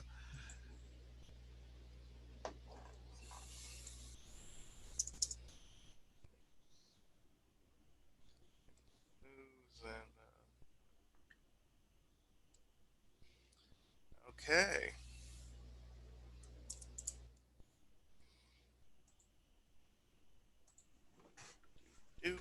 And let's hope it's not a 4 again. So, I need to actually roll it.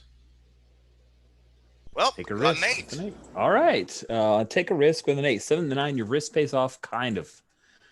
The GM will tell you what went wrong. So the plan is you're effectively leading your gang to an escape.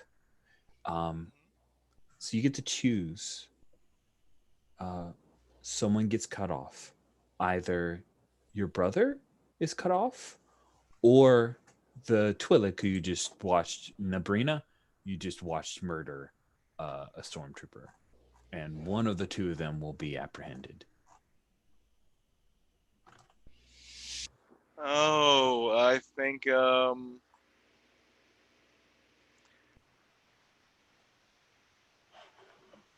at the last moment, Duroc was like slamming that stormtrooper around and decided to go for the stormtroopers coming down the alley, and I lit it up right as he crossed the path. Yeah, you got a little too brave there, huh? Oof, it's rough. It's rough, man. So you end up grabbing Nabrina, but Duroc is left behind, and one of the stormtroopers hits him with a stunner because they really don't want to go toe to toe with a mad and angry Gamorrean. So I think a couple of them hit him with stun blast.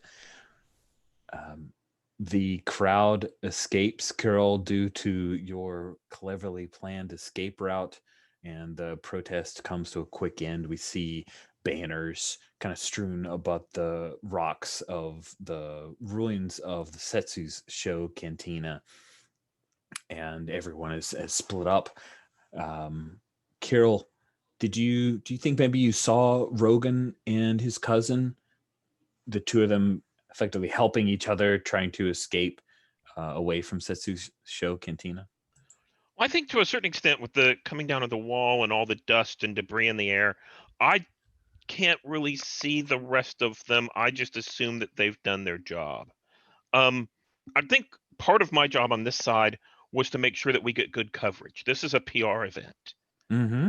And one of the things I'd like to do is, so I'm not sure if Curl is the one who would be shooting this, but maybe there's someone else from who we would have entrusted. Ooh, so Chin Chinsis is supposed to be here, right? Yes, she is definitely here. Could Chin Chinsis be the one who is shooting this? So basically whips out a camera Yeah. and tries to shoot this in a sympathetic way? Yes. Yeah. Absolutely. That makes total sense to me.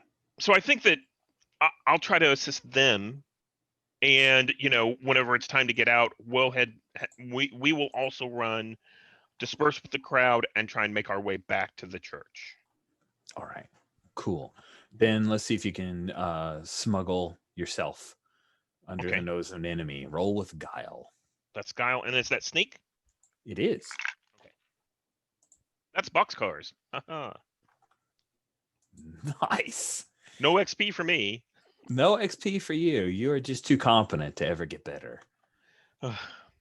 So you can escape, and because you rolled so well, Chin Chinsis is able to make it out with you with the footage. They start uploading it. And yeah, you guys can head back to the church. That is no problem. That's where Carol is headed. Yeah. I think the footage basically is, shooting, and here's this peaceful protest and everything's fine.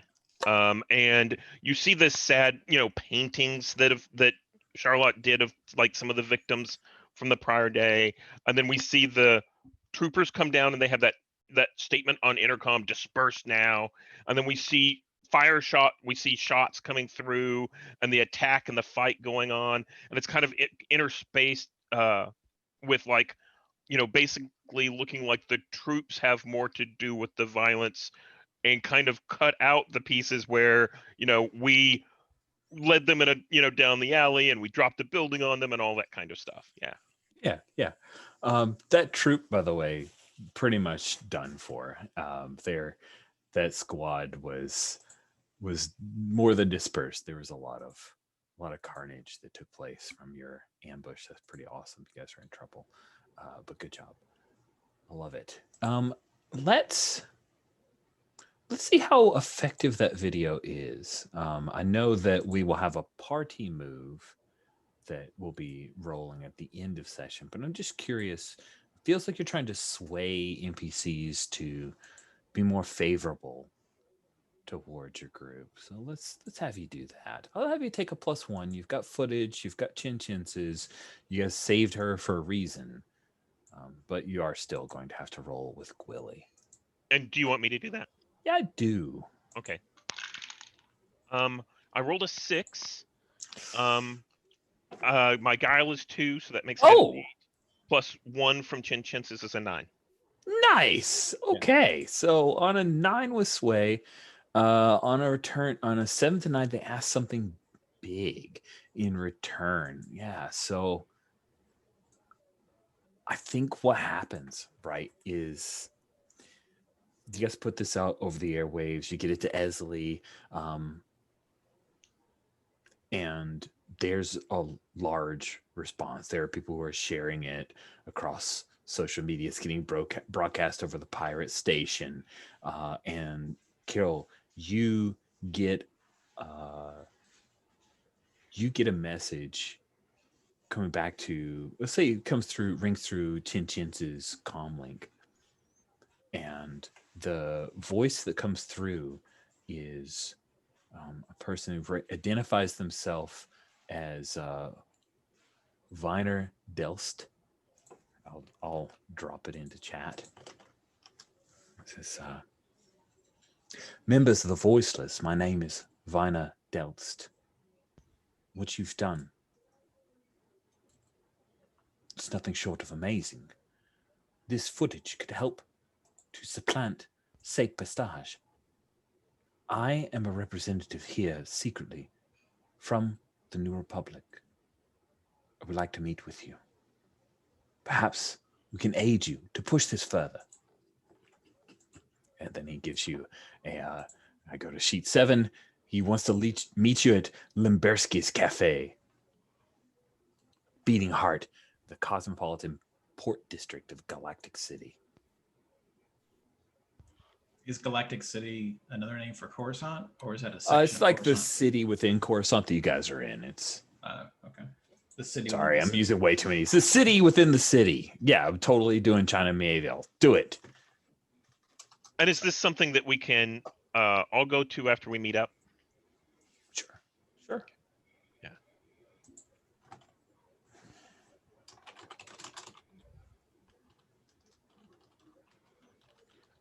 And I think there's a thing where Chin just looks at you, and you see her little proboscis, the weird. She's not sure if she trusts this. There's definitely an air of suspicion. Let's cut to Charlotte. You have unfortunately had to leave your brother behind, but the gang is able to escape. Do you guys head straight back to the church, or do you want to go to some other place to lay low before you head that way? Sorry. Let me insert something before that question is answered, because I like this. So you're able to escape. You're currently in one of the factories. This one has shut down because they knew the protest was coming. They just happened to be almost right in front. So you can look out of the windows, and your gang, some of them are like giggling madly with just a pure exhilaration of what you've done. The Twi'lek girl, her name is Nabrina. She's really quiet. Everyone else seems excited about what's going on, fired up. There's a lot of adrenaline. But when you look out, you see that Rogan and another Kashiri. I don't know if Charlotte would know Rogan's cousin. She really doesn't truck with revolutionaries. But Mana, the two of them are trying to make their way, and then you see an ATST start moving, and it steps onto the rubble and smashes into some of the banners. And it looks like it may have caught on to Rogan and Mana trying to escape right now. So what do you do, Charlotte? Ooh. As I'm scanning out, I think I've got to I think I need to try and see what's going on. Nice. Sounds good.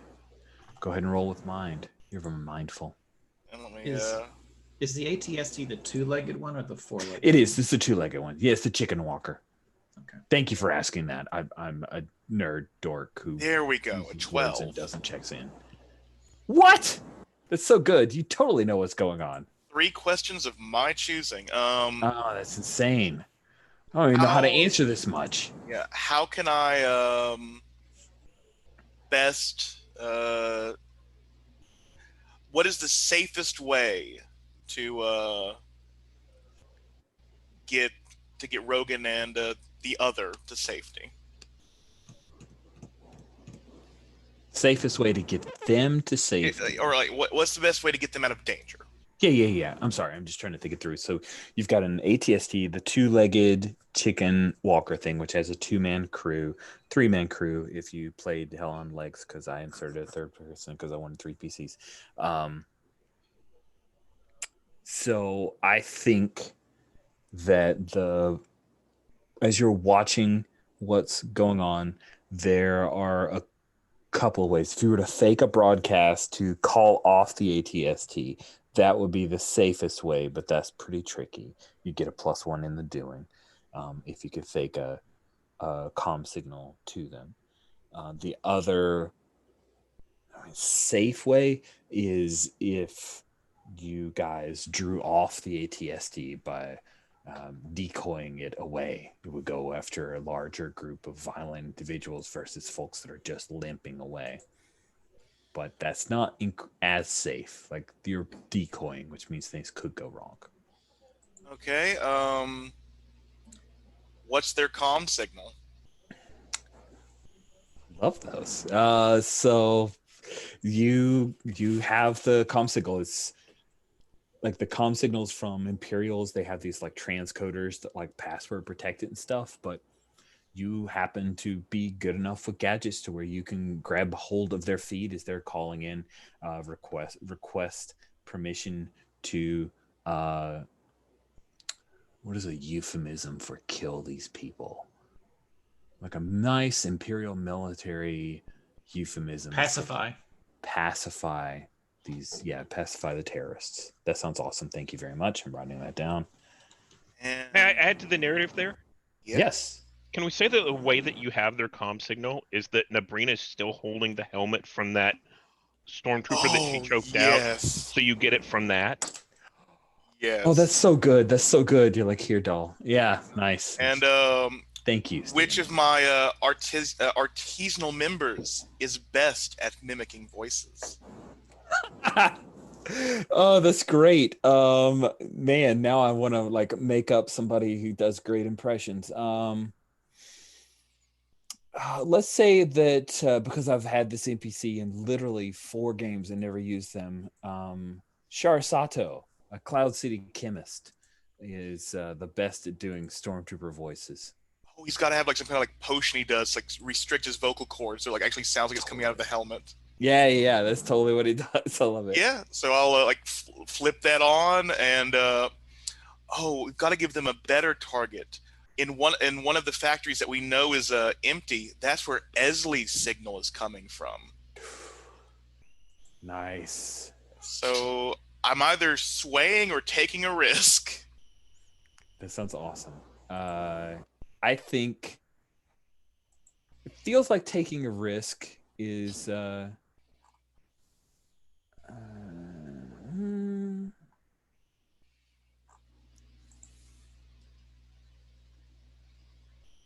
yeah, let's have you take a risk. I think this is definitely risky. You're following through on the questions. It's less about your personality because you're working through others with your gang. You're using your gang. You're acting on those questions. So you got +2 to that. That is a 12 again. What? Die roller, why do you betray me by not giving me bad rolls all the time? A 6, a 4, a 5, and a 5. These 4 dice. Dang it. All right. So, Rogan, you're with your cousin. You're tired. She is barely holding you up. You're holding her up. You're headed towards an alley. You hear the ka-junk, ka-junk of the ATST.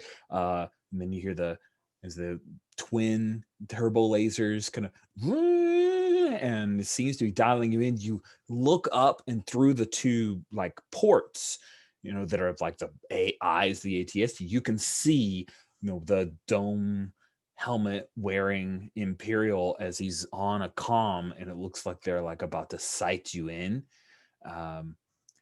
do you like push your cousin down? Like, what's the last moment before this roll, the thing that Charlotte is doing takes place? What is Rogan's last moment action there? You're muted, Mark. Even Zoom was like, "Hey, dumbass." Let me bring the microphone closer. I think he picked up a blaster at some point, and so he pushed like all in one motion. He's like pushing her down, and he's trying to fire into the port somehow, into the eyes of the ATST. But there's like his vision's blurry, and he's shaking, and he's trying to fall and fire at the same time. This is not. I see, like fired. It kind of glances off of the armor plating, but then the ATST turns and it takes a step and it walks away from you, and then it choo-choo into a factory, an empty factory. It just lights it up. Oh wow. Yeah, they don't even pause. There's no hesitation whatsoever. There are explosions. This factory gets mowed down by the ATST, and then you've fallen. Your cousin, she reaches over and tries to pull you up. She says, "We have to go. There's too many of them. Do you have a speeder or anything?" Charlotte, did I have a speeder just in case? Was that part of the plan, or am I on my own? I don't think, but I think like while this has been going on, if I make like cut in a little bit before like the artist parade comes to rescue y'all, I think like as like Nabrina had like handed over the helmet, Charlotte's like watching the chemist do this, and she like gives her this wry smile. It's not always about revenge. It's about saving as much as it is about taking. Let's go save some people. And like and I think it's like, we're pretending to just be like, like a parade of people who were like, the insurgents have been removed. Yay, we're happy. Sweep up the Kashiri, walk away, confetti everywhere. Nice. So, any scenes you guys want as you're headed back to the church between Charlotte and Rogan, or can we jump ahead to you guys reuniting at the church? So I don't know that I really have a scene, but I think Curl gets back to the church much quicker. Yeah. We see this really nervous, the people who escaped as planned come in early, and Charlotte and Rogan aren't with them. And there's a bunch of people who are missing.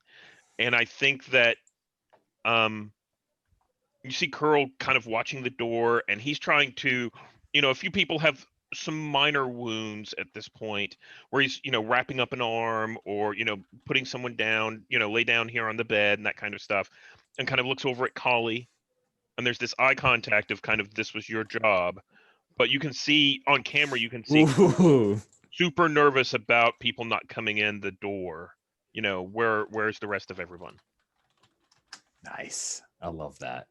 And so there are several tense moments, and I think maybe you busy yourself by doctoring the video with Chin's, and then you get that message from the New Republic contact, or is he? And then that's when Rogan, Charlotte, and Charlotte's gang finally come in through like a side entrance, right? They're not going to come through the main front door. Oh, that's when like the Gamorrean sow like moves to the left, and we come out of the, I love it. And I think at the very least, Charlotte is carrying Rogan's cousin, if not Rogan as well, or like bent down, like letting them use her shoulders, both of them, as like a prop. That's cool. And I think that Curl is, as soon as that kind of comes aside, he's on guard, and then he sees the people pouring out and sees that they're probably a lot more wounded than the first people. So you can kind of go over to a cot and kind of usher one of them out, this guy who had been laying down and kind of recuperating a little bit. He's like, no, you get up, and puts someone down who's much more wounded and starts wrapping them up. And I think that Kali starts with Rogan, and I think Curl comes over to Rogan, and Kali's put Rogan down on a cot and is kind of starting to bandage him. And I think Curl comes over and tells Kali, see to the others. I'll take care of Rogan. And starts, wrapping up and asking, what went wrong, and who else? Did you see anyone who didn't make it?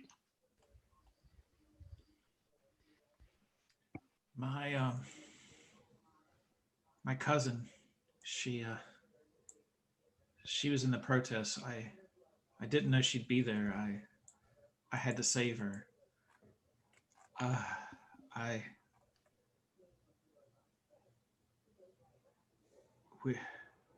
Family, family.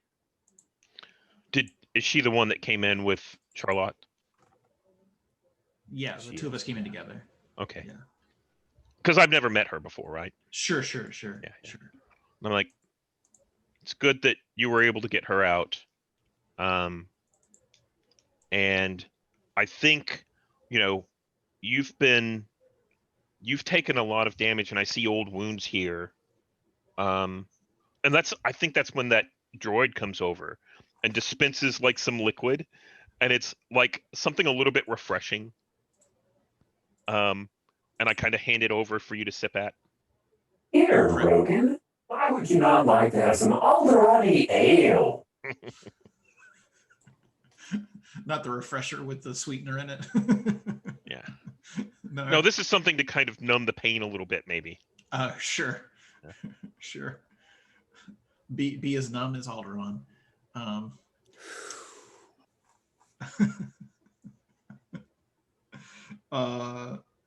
So I take a drink, but it's hard to keep in. I just imagine that my vision's so blurry at this point.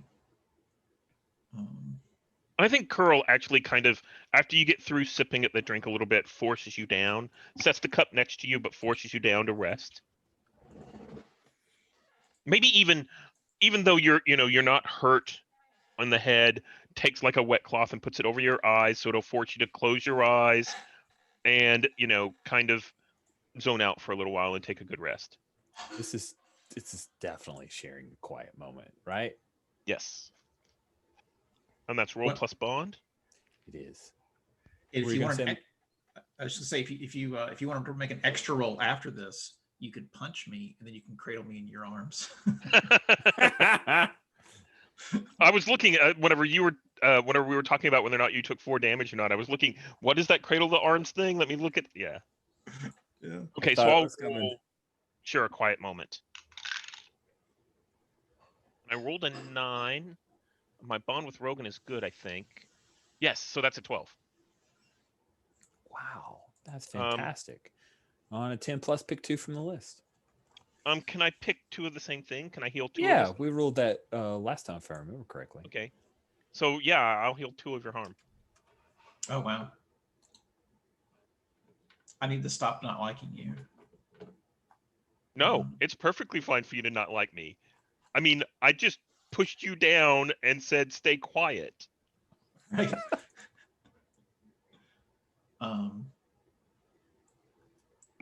Before I fall unconscious or fall asleep, whatever it happens to be, I'm just like, first I'm like, where's Mana? And then I'm just like, take care of her, please. And then I fall unconscious. And I think that, we see Curl, see that Rogan's, out. And Curl stands up and walks over to Mana. And Mana, I think, is like not injured at all. She's very okay. Yeah. And Curl kind of, he's short, reaches up and kind of grabs a hold of Mana's hand, and then silently leads her over to sit down next to Rogan's cot to watch over him. And I think I think Mana's kind of our, at this point, a little bit of the point of view character as she's looking around all of these people that are bloodied and beaten and handling like blaster burns and talking quietly to each other. And she's just bewildered by this world that evidently Rogan is part of, right? You know him, and she lets you guide her over. I have so many questions. Questions are for later. For now, sit here with your cousin to help him while he rests. He's too stubborn to die, right? Good. I think Curl will then kind of walk away. Nice. I have spoken. Yeah, that's totally a spoken moment. I love that. What is Charlotte doing as Curl's taking care of Rogan? I think Charlotte had been going around with let me get that, with Collie, checking people out, making sure that the artists that had put themselves in danger were seen to, that the people who had been like too harmed to get out were still being seen to. But as Curl begins walking away, Charlotte will go over, I think, to him, and she looks a bit like, especially for a Gamorrean, I think she looks distressed, like something's on her mind. And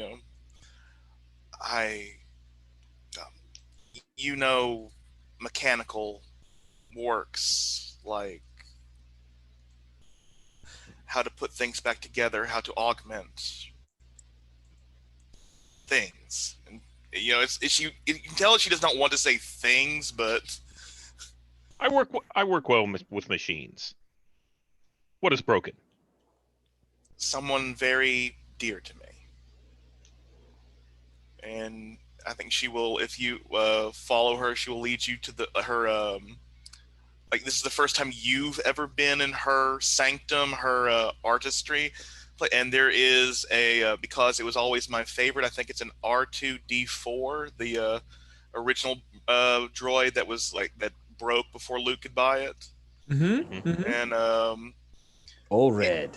It's like, this one like is rusty. It looks like it has seen better days. This was my nanny.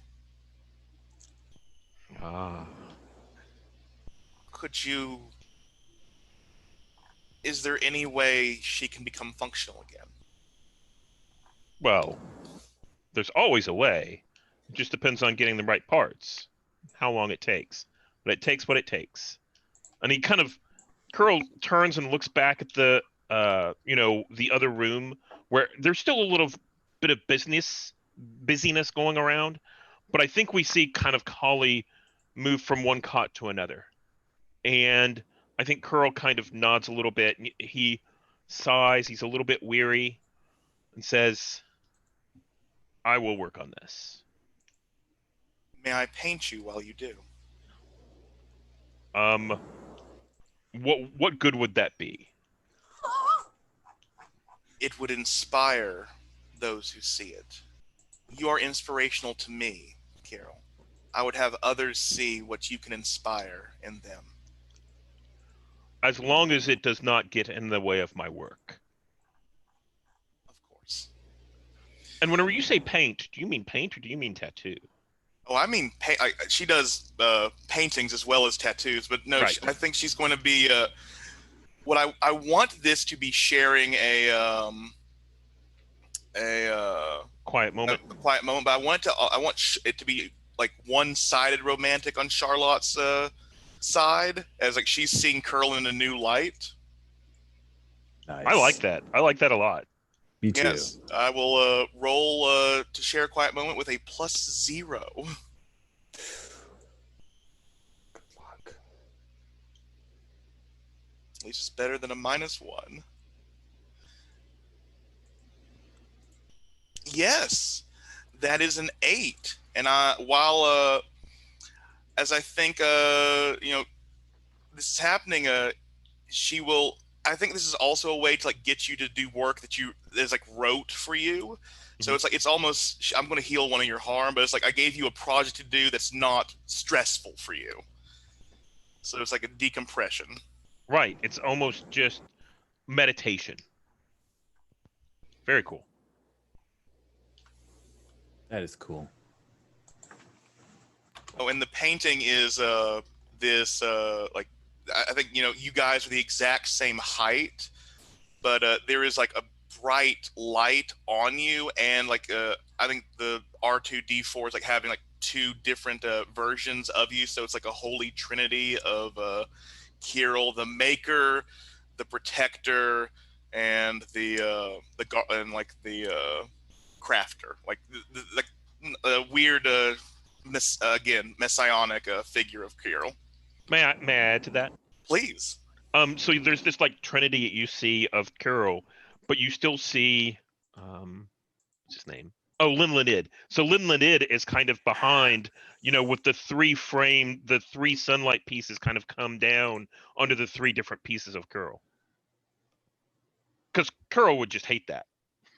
I mean, yeah, I think that's a thing where later he'll look at it and go, ugh. That's great. So are there any like last scenes? Because I know it's a little on the early side. We do have some like post game with bonds and revolution stuff, but are there any quiet scenes? Because I definitely want to pick up with. We'll open up with you guys meeting with this person from the New Republic or not, or however you want to handle that. That feels like a good opener for a next session. So I'm making space if there are any other things you guys want to do here. Well, question. We kind of agreed that we would jump forward in time. Yeah, that's true. So Maybe we can should make have the that meeting with. Sorry, go ahead. I was going to say, if we have the meeting this session, then that would give us a catapult forward time. That's true. Okay, I'm sorry. No, that's a really good point. That's a really good point. So I don't have any scenes that are, that we need to have before we have that meeting or we end the session. If I recall correctly, last time it took more time than expected to go through the end of session moves. Yeah, so I was trying to make some space for that. How about this? Why don't we do this? Because here's why I was saving that meeting. I thought it would be neat if Linlinid could be part of meeting with the New Republic because he's a little cult figure-y.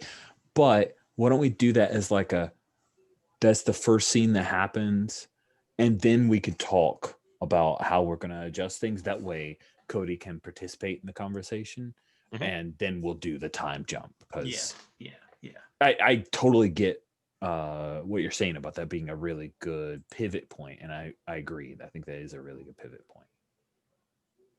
Cool. So, are there any other scenes you guys would like before we start doing our post game?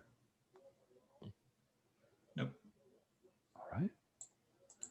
And it seemed like Steam was okay. So, Farrah, any quiet scenes? I think I have a little bit of one that I just wanted to highlight. So we have a scene with Charlotte after you. Maybe there's a point when you come out to get a drink for Kirill while he's working on your Nana. And you see Nabrina is seated on the floor. She's found this like out of the way space in the church, and she's got that stormtrooper helmet, and she's got it in her lap, right? And she's a small Twi'lek, maybe 5.5 feet tall. Oh, thank goodness I don't have any Europeans, so I don't have to try to do conversion to metric. Good. Sorry, it's always that moment when I'm running Star Wars Saturday where I'm like, must do measurements in ways that other people can hear. So she has this, and she's looking down into it, and you see that she reaches into the helmet, and there are a couple of pads, right? And there's a point where they do a vac lock when you slide, and she reaches in and pulls back one of the pads, and she pulls out this little like small little metal thing. And she's peering at it. And it looks to you, Charlotte, like it might be a transmitter. What do you do?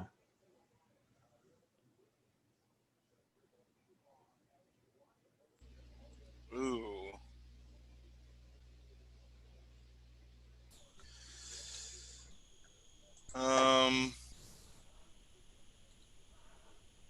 Transmitter, like it's been picking up what we're saying or transmitting our location. Maybe picking up what you're saying.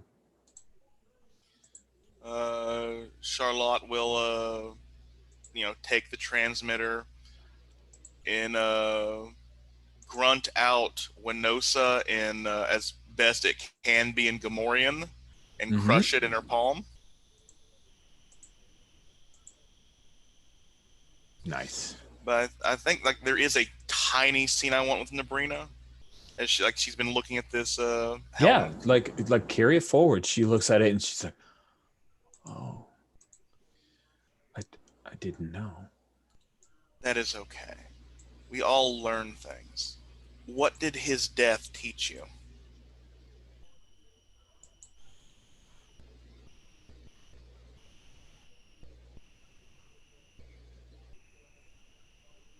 It felt good. Did it feel good because of what they did to you and yours, or because of the act itself?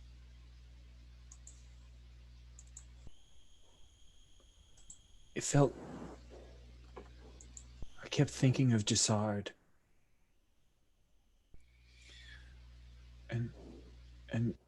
And then the light. I could see the light in his eyes, dim, and I thought, that's what you deserve.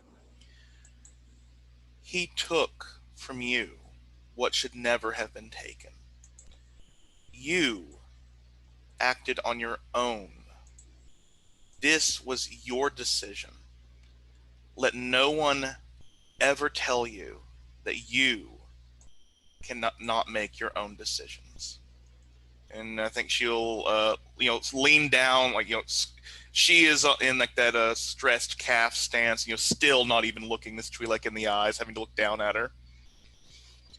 You are part of my group now.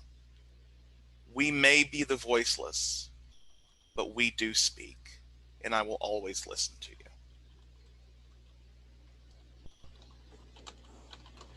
Nice.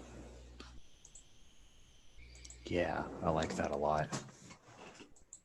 And she looks up at you, and you can see, yeah, she's in.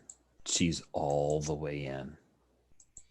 And I think I will give her a Gamorrean name, which I don't know if that, I think it's just it's a series of guttural grunts and oinks for the lack of it, but it translates, I think, to free wind.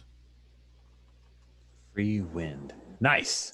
And also I decided that Charlotte's Gamorrean name translates to decorated tusks. But I think that's it. Just psyching up my gang to keep going. Love it. Love it. Cool. Let's do our bond adjustments, and then we'll work through the party moves. So we'll do bond adjustments first at the end of our session. Name a comrade to whom you feel closer. Increase your bond by 1.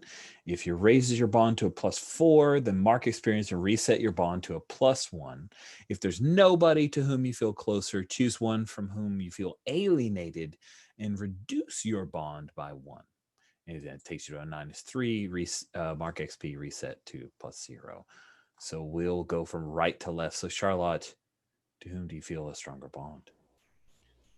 I'm going to have to say Rogan this time. I mean, I saved him. He only got my brother arrested. I mean, he was amazing. My gang would have been in much worse shape without him. All right. It goes from a -1 to a 0. Rogan. I mean, Carol just took care of me like a badass. So Yeah. I think it's obvious that our relationship, from my point of view, gets better. By the way, I updated your moves sheet when Conrad reaches a Conrad spawn with another reaches -3. You had they mark experience reset to +1. You just said it was 0. So I changed it. I saw it said 0 and read that aloud. Let me look at the actual move. No. I mean, the 0 is the actual move. The Google sheet said +1, and I fixed that for you. Oh, thank you. Thank you. Yeah. Yes, it is supposed to say 0, and you fixed it. Thank you. Yeah, absolutely. So now I'm at a 0 with Curl. Yeah. Carol. Charlotte. Nice. Yes, I think that scene with the robot Nana was good. Yeah. That was real good. Perfect reason to change that bond. All right, friends. It is at the end of the session.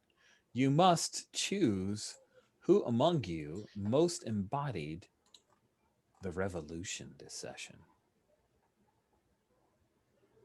Do we want to do secret? Do you want to talk it out? You want to do secret ballot? I like talk it out, but I don't want people to. Yeah. I mean, I think Charlotte came up with the plan. I think so too.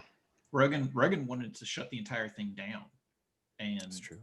Charlotte saw it through. So Yeah, I'd say Charlotte. Yeah.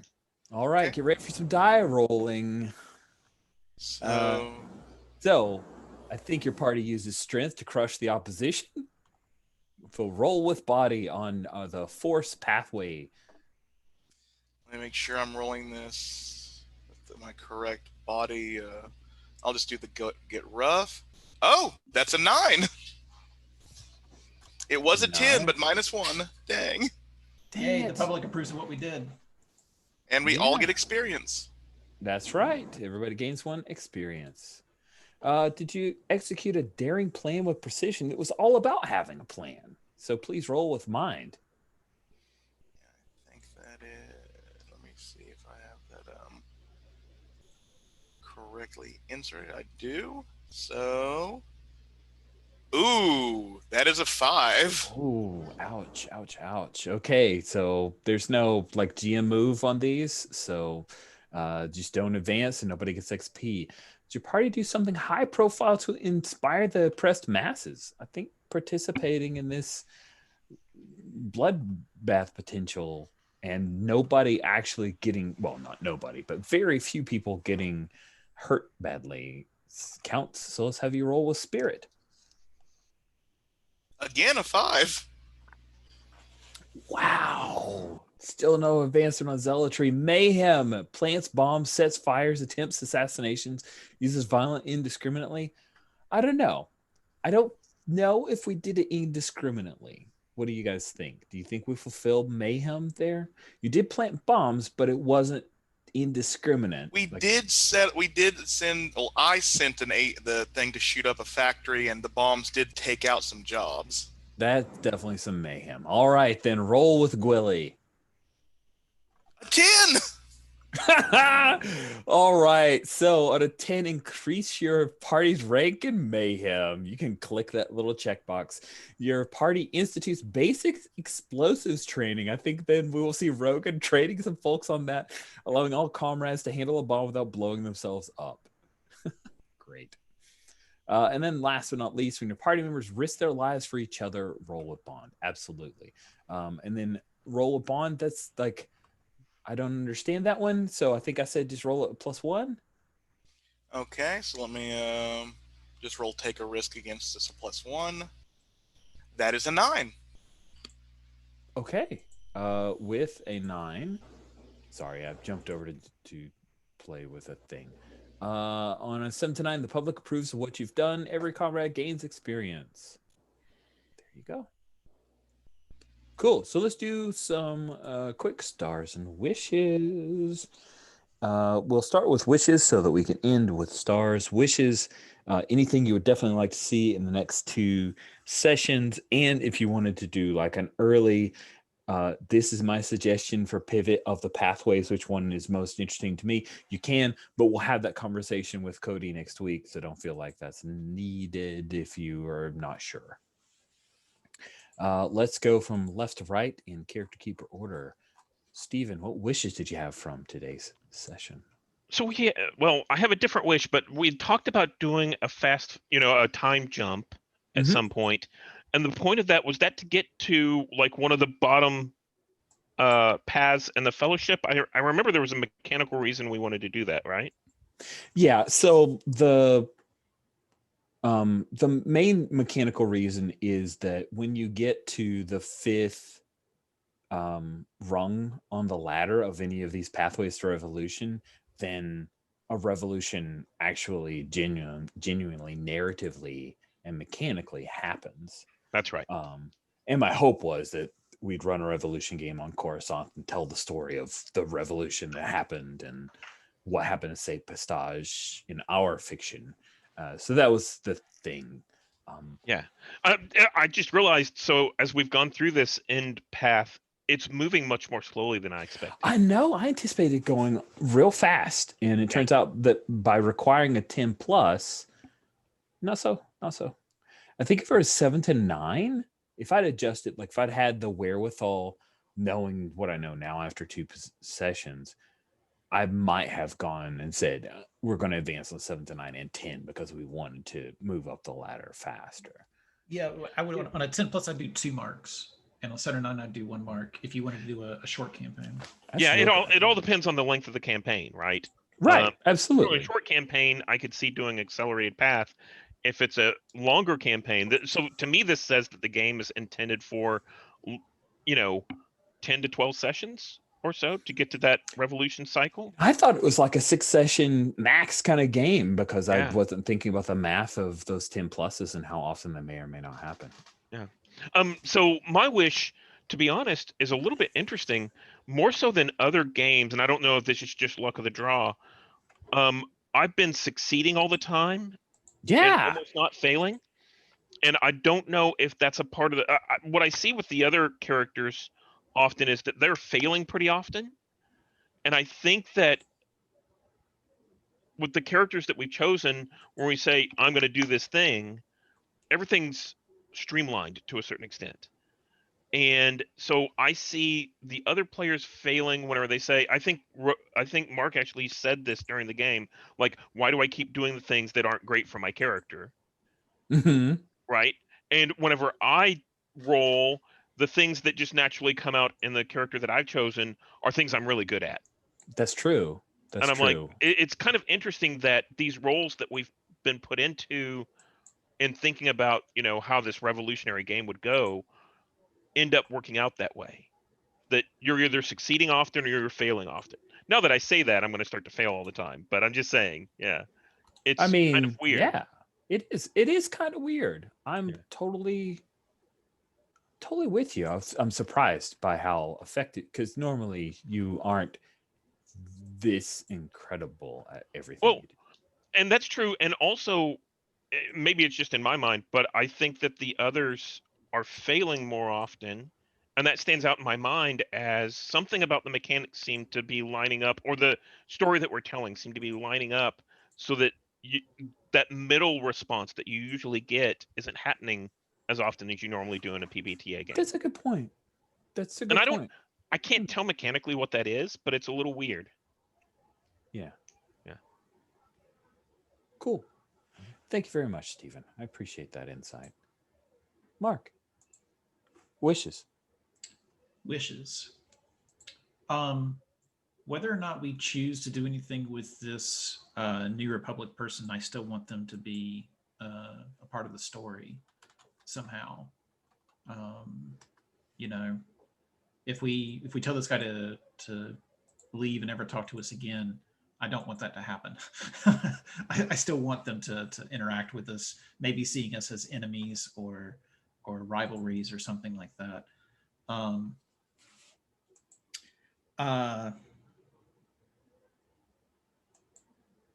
I kind of want to try a different character. Um, I didn't want to die in the bombing, but um, I have had a.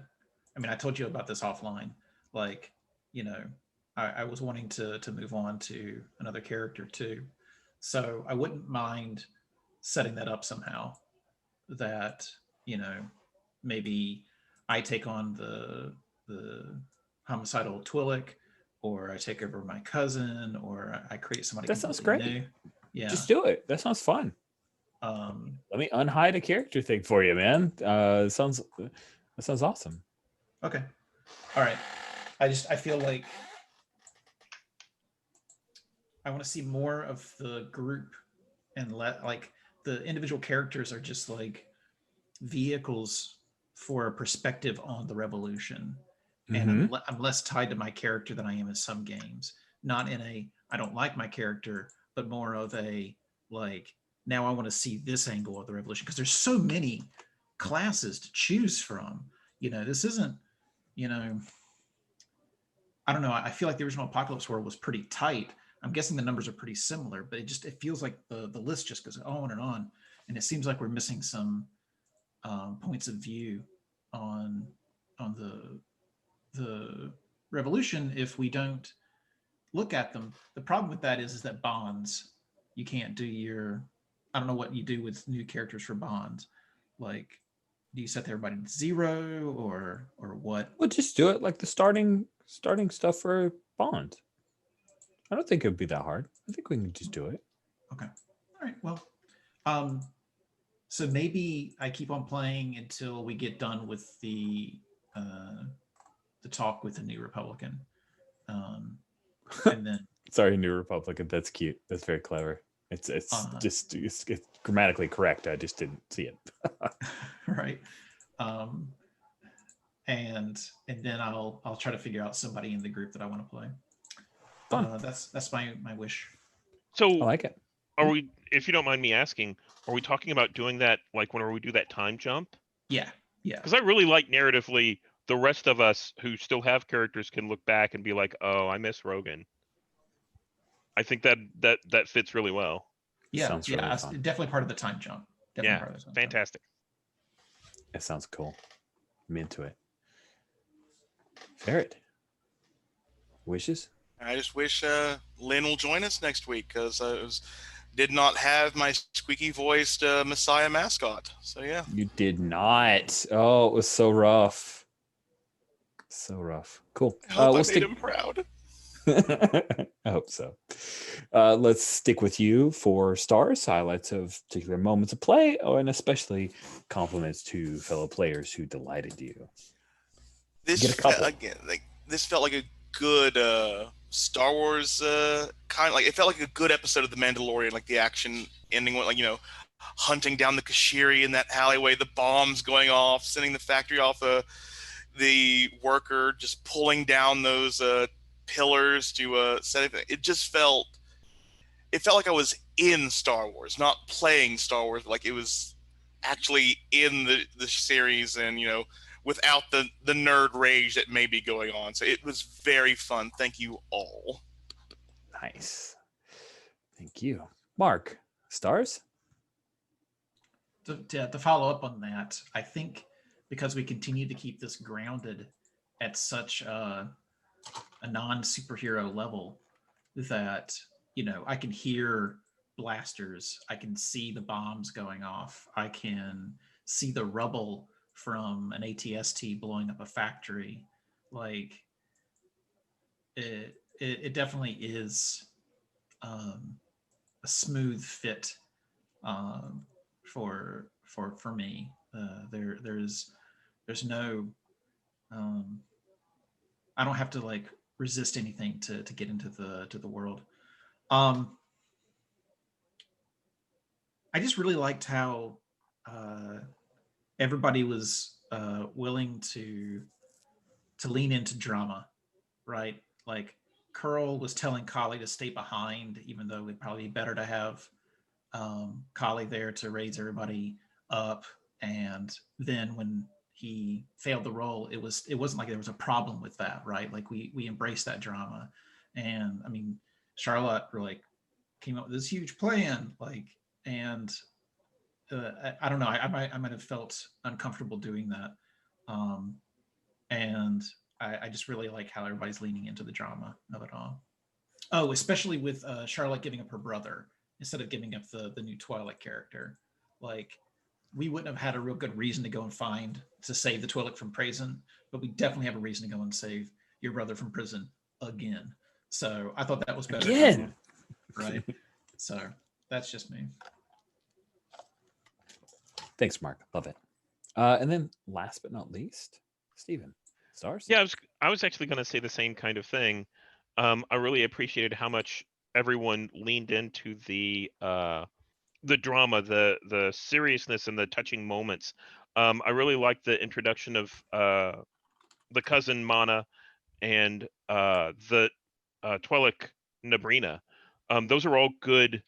I mean, the touch points that they developed with the familial influence, and then the scene with Charlotte and Nabrina sitting down, and Charlotte giving Nabrina a Gamorrean name, and just all of that made it feel. It kind of tightened that whole comrade position. It made it feel more like a chosen family. So I really appreciated that. Awesome. I was worried about a sophomore slump because that first session, like I was jazzed about that the whole weekend. I think Mark and I like bounced back and forth. I hopped onto a different Slack and saw the dreams and everything. And so I was worried about like, can we sustain this? It did. Cody was like 5 minutes before, rough stuff. I totally understand, but it's another one of those like another little, is this the straw that breaks the camel's back and and I felt like this was really good. I appreciate that everybody is into some like cinematic style where we're not going blow for blow and it's big sweeping things and large moments. I appreciate that you guys are on board with that because I think it's really helped us sustain what I think was really, really great about the first session. I want to give a star to Steven. Several of the like, can I insert a little things? Really great. Mark, you had a moment where you're like, can I GM for a moment and add this? And I'm like, oh God, yes. And then Barrett, when you added in the like, this was my Nana, oh my goodness, like, oh, that was so emotional. It was like, oh my God, that was so good. So all some really great moments, you guys seizing the narrative and absolutely improving it. So, I mean, I knew you guys were all stars, but you just keep proving it. So thank you very much. I appreciate that. With that, I'll go ahead and bring the stream to an end. Thank you all so much. We'll see you next week.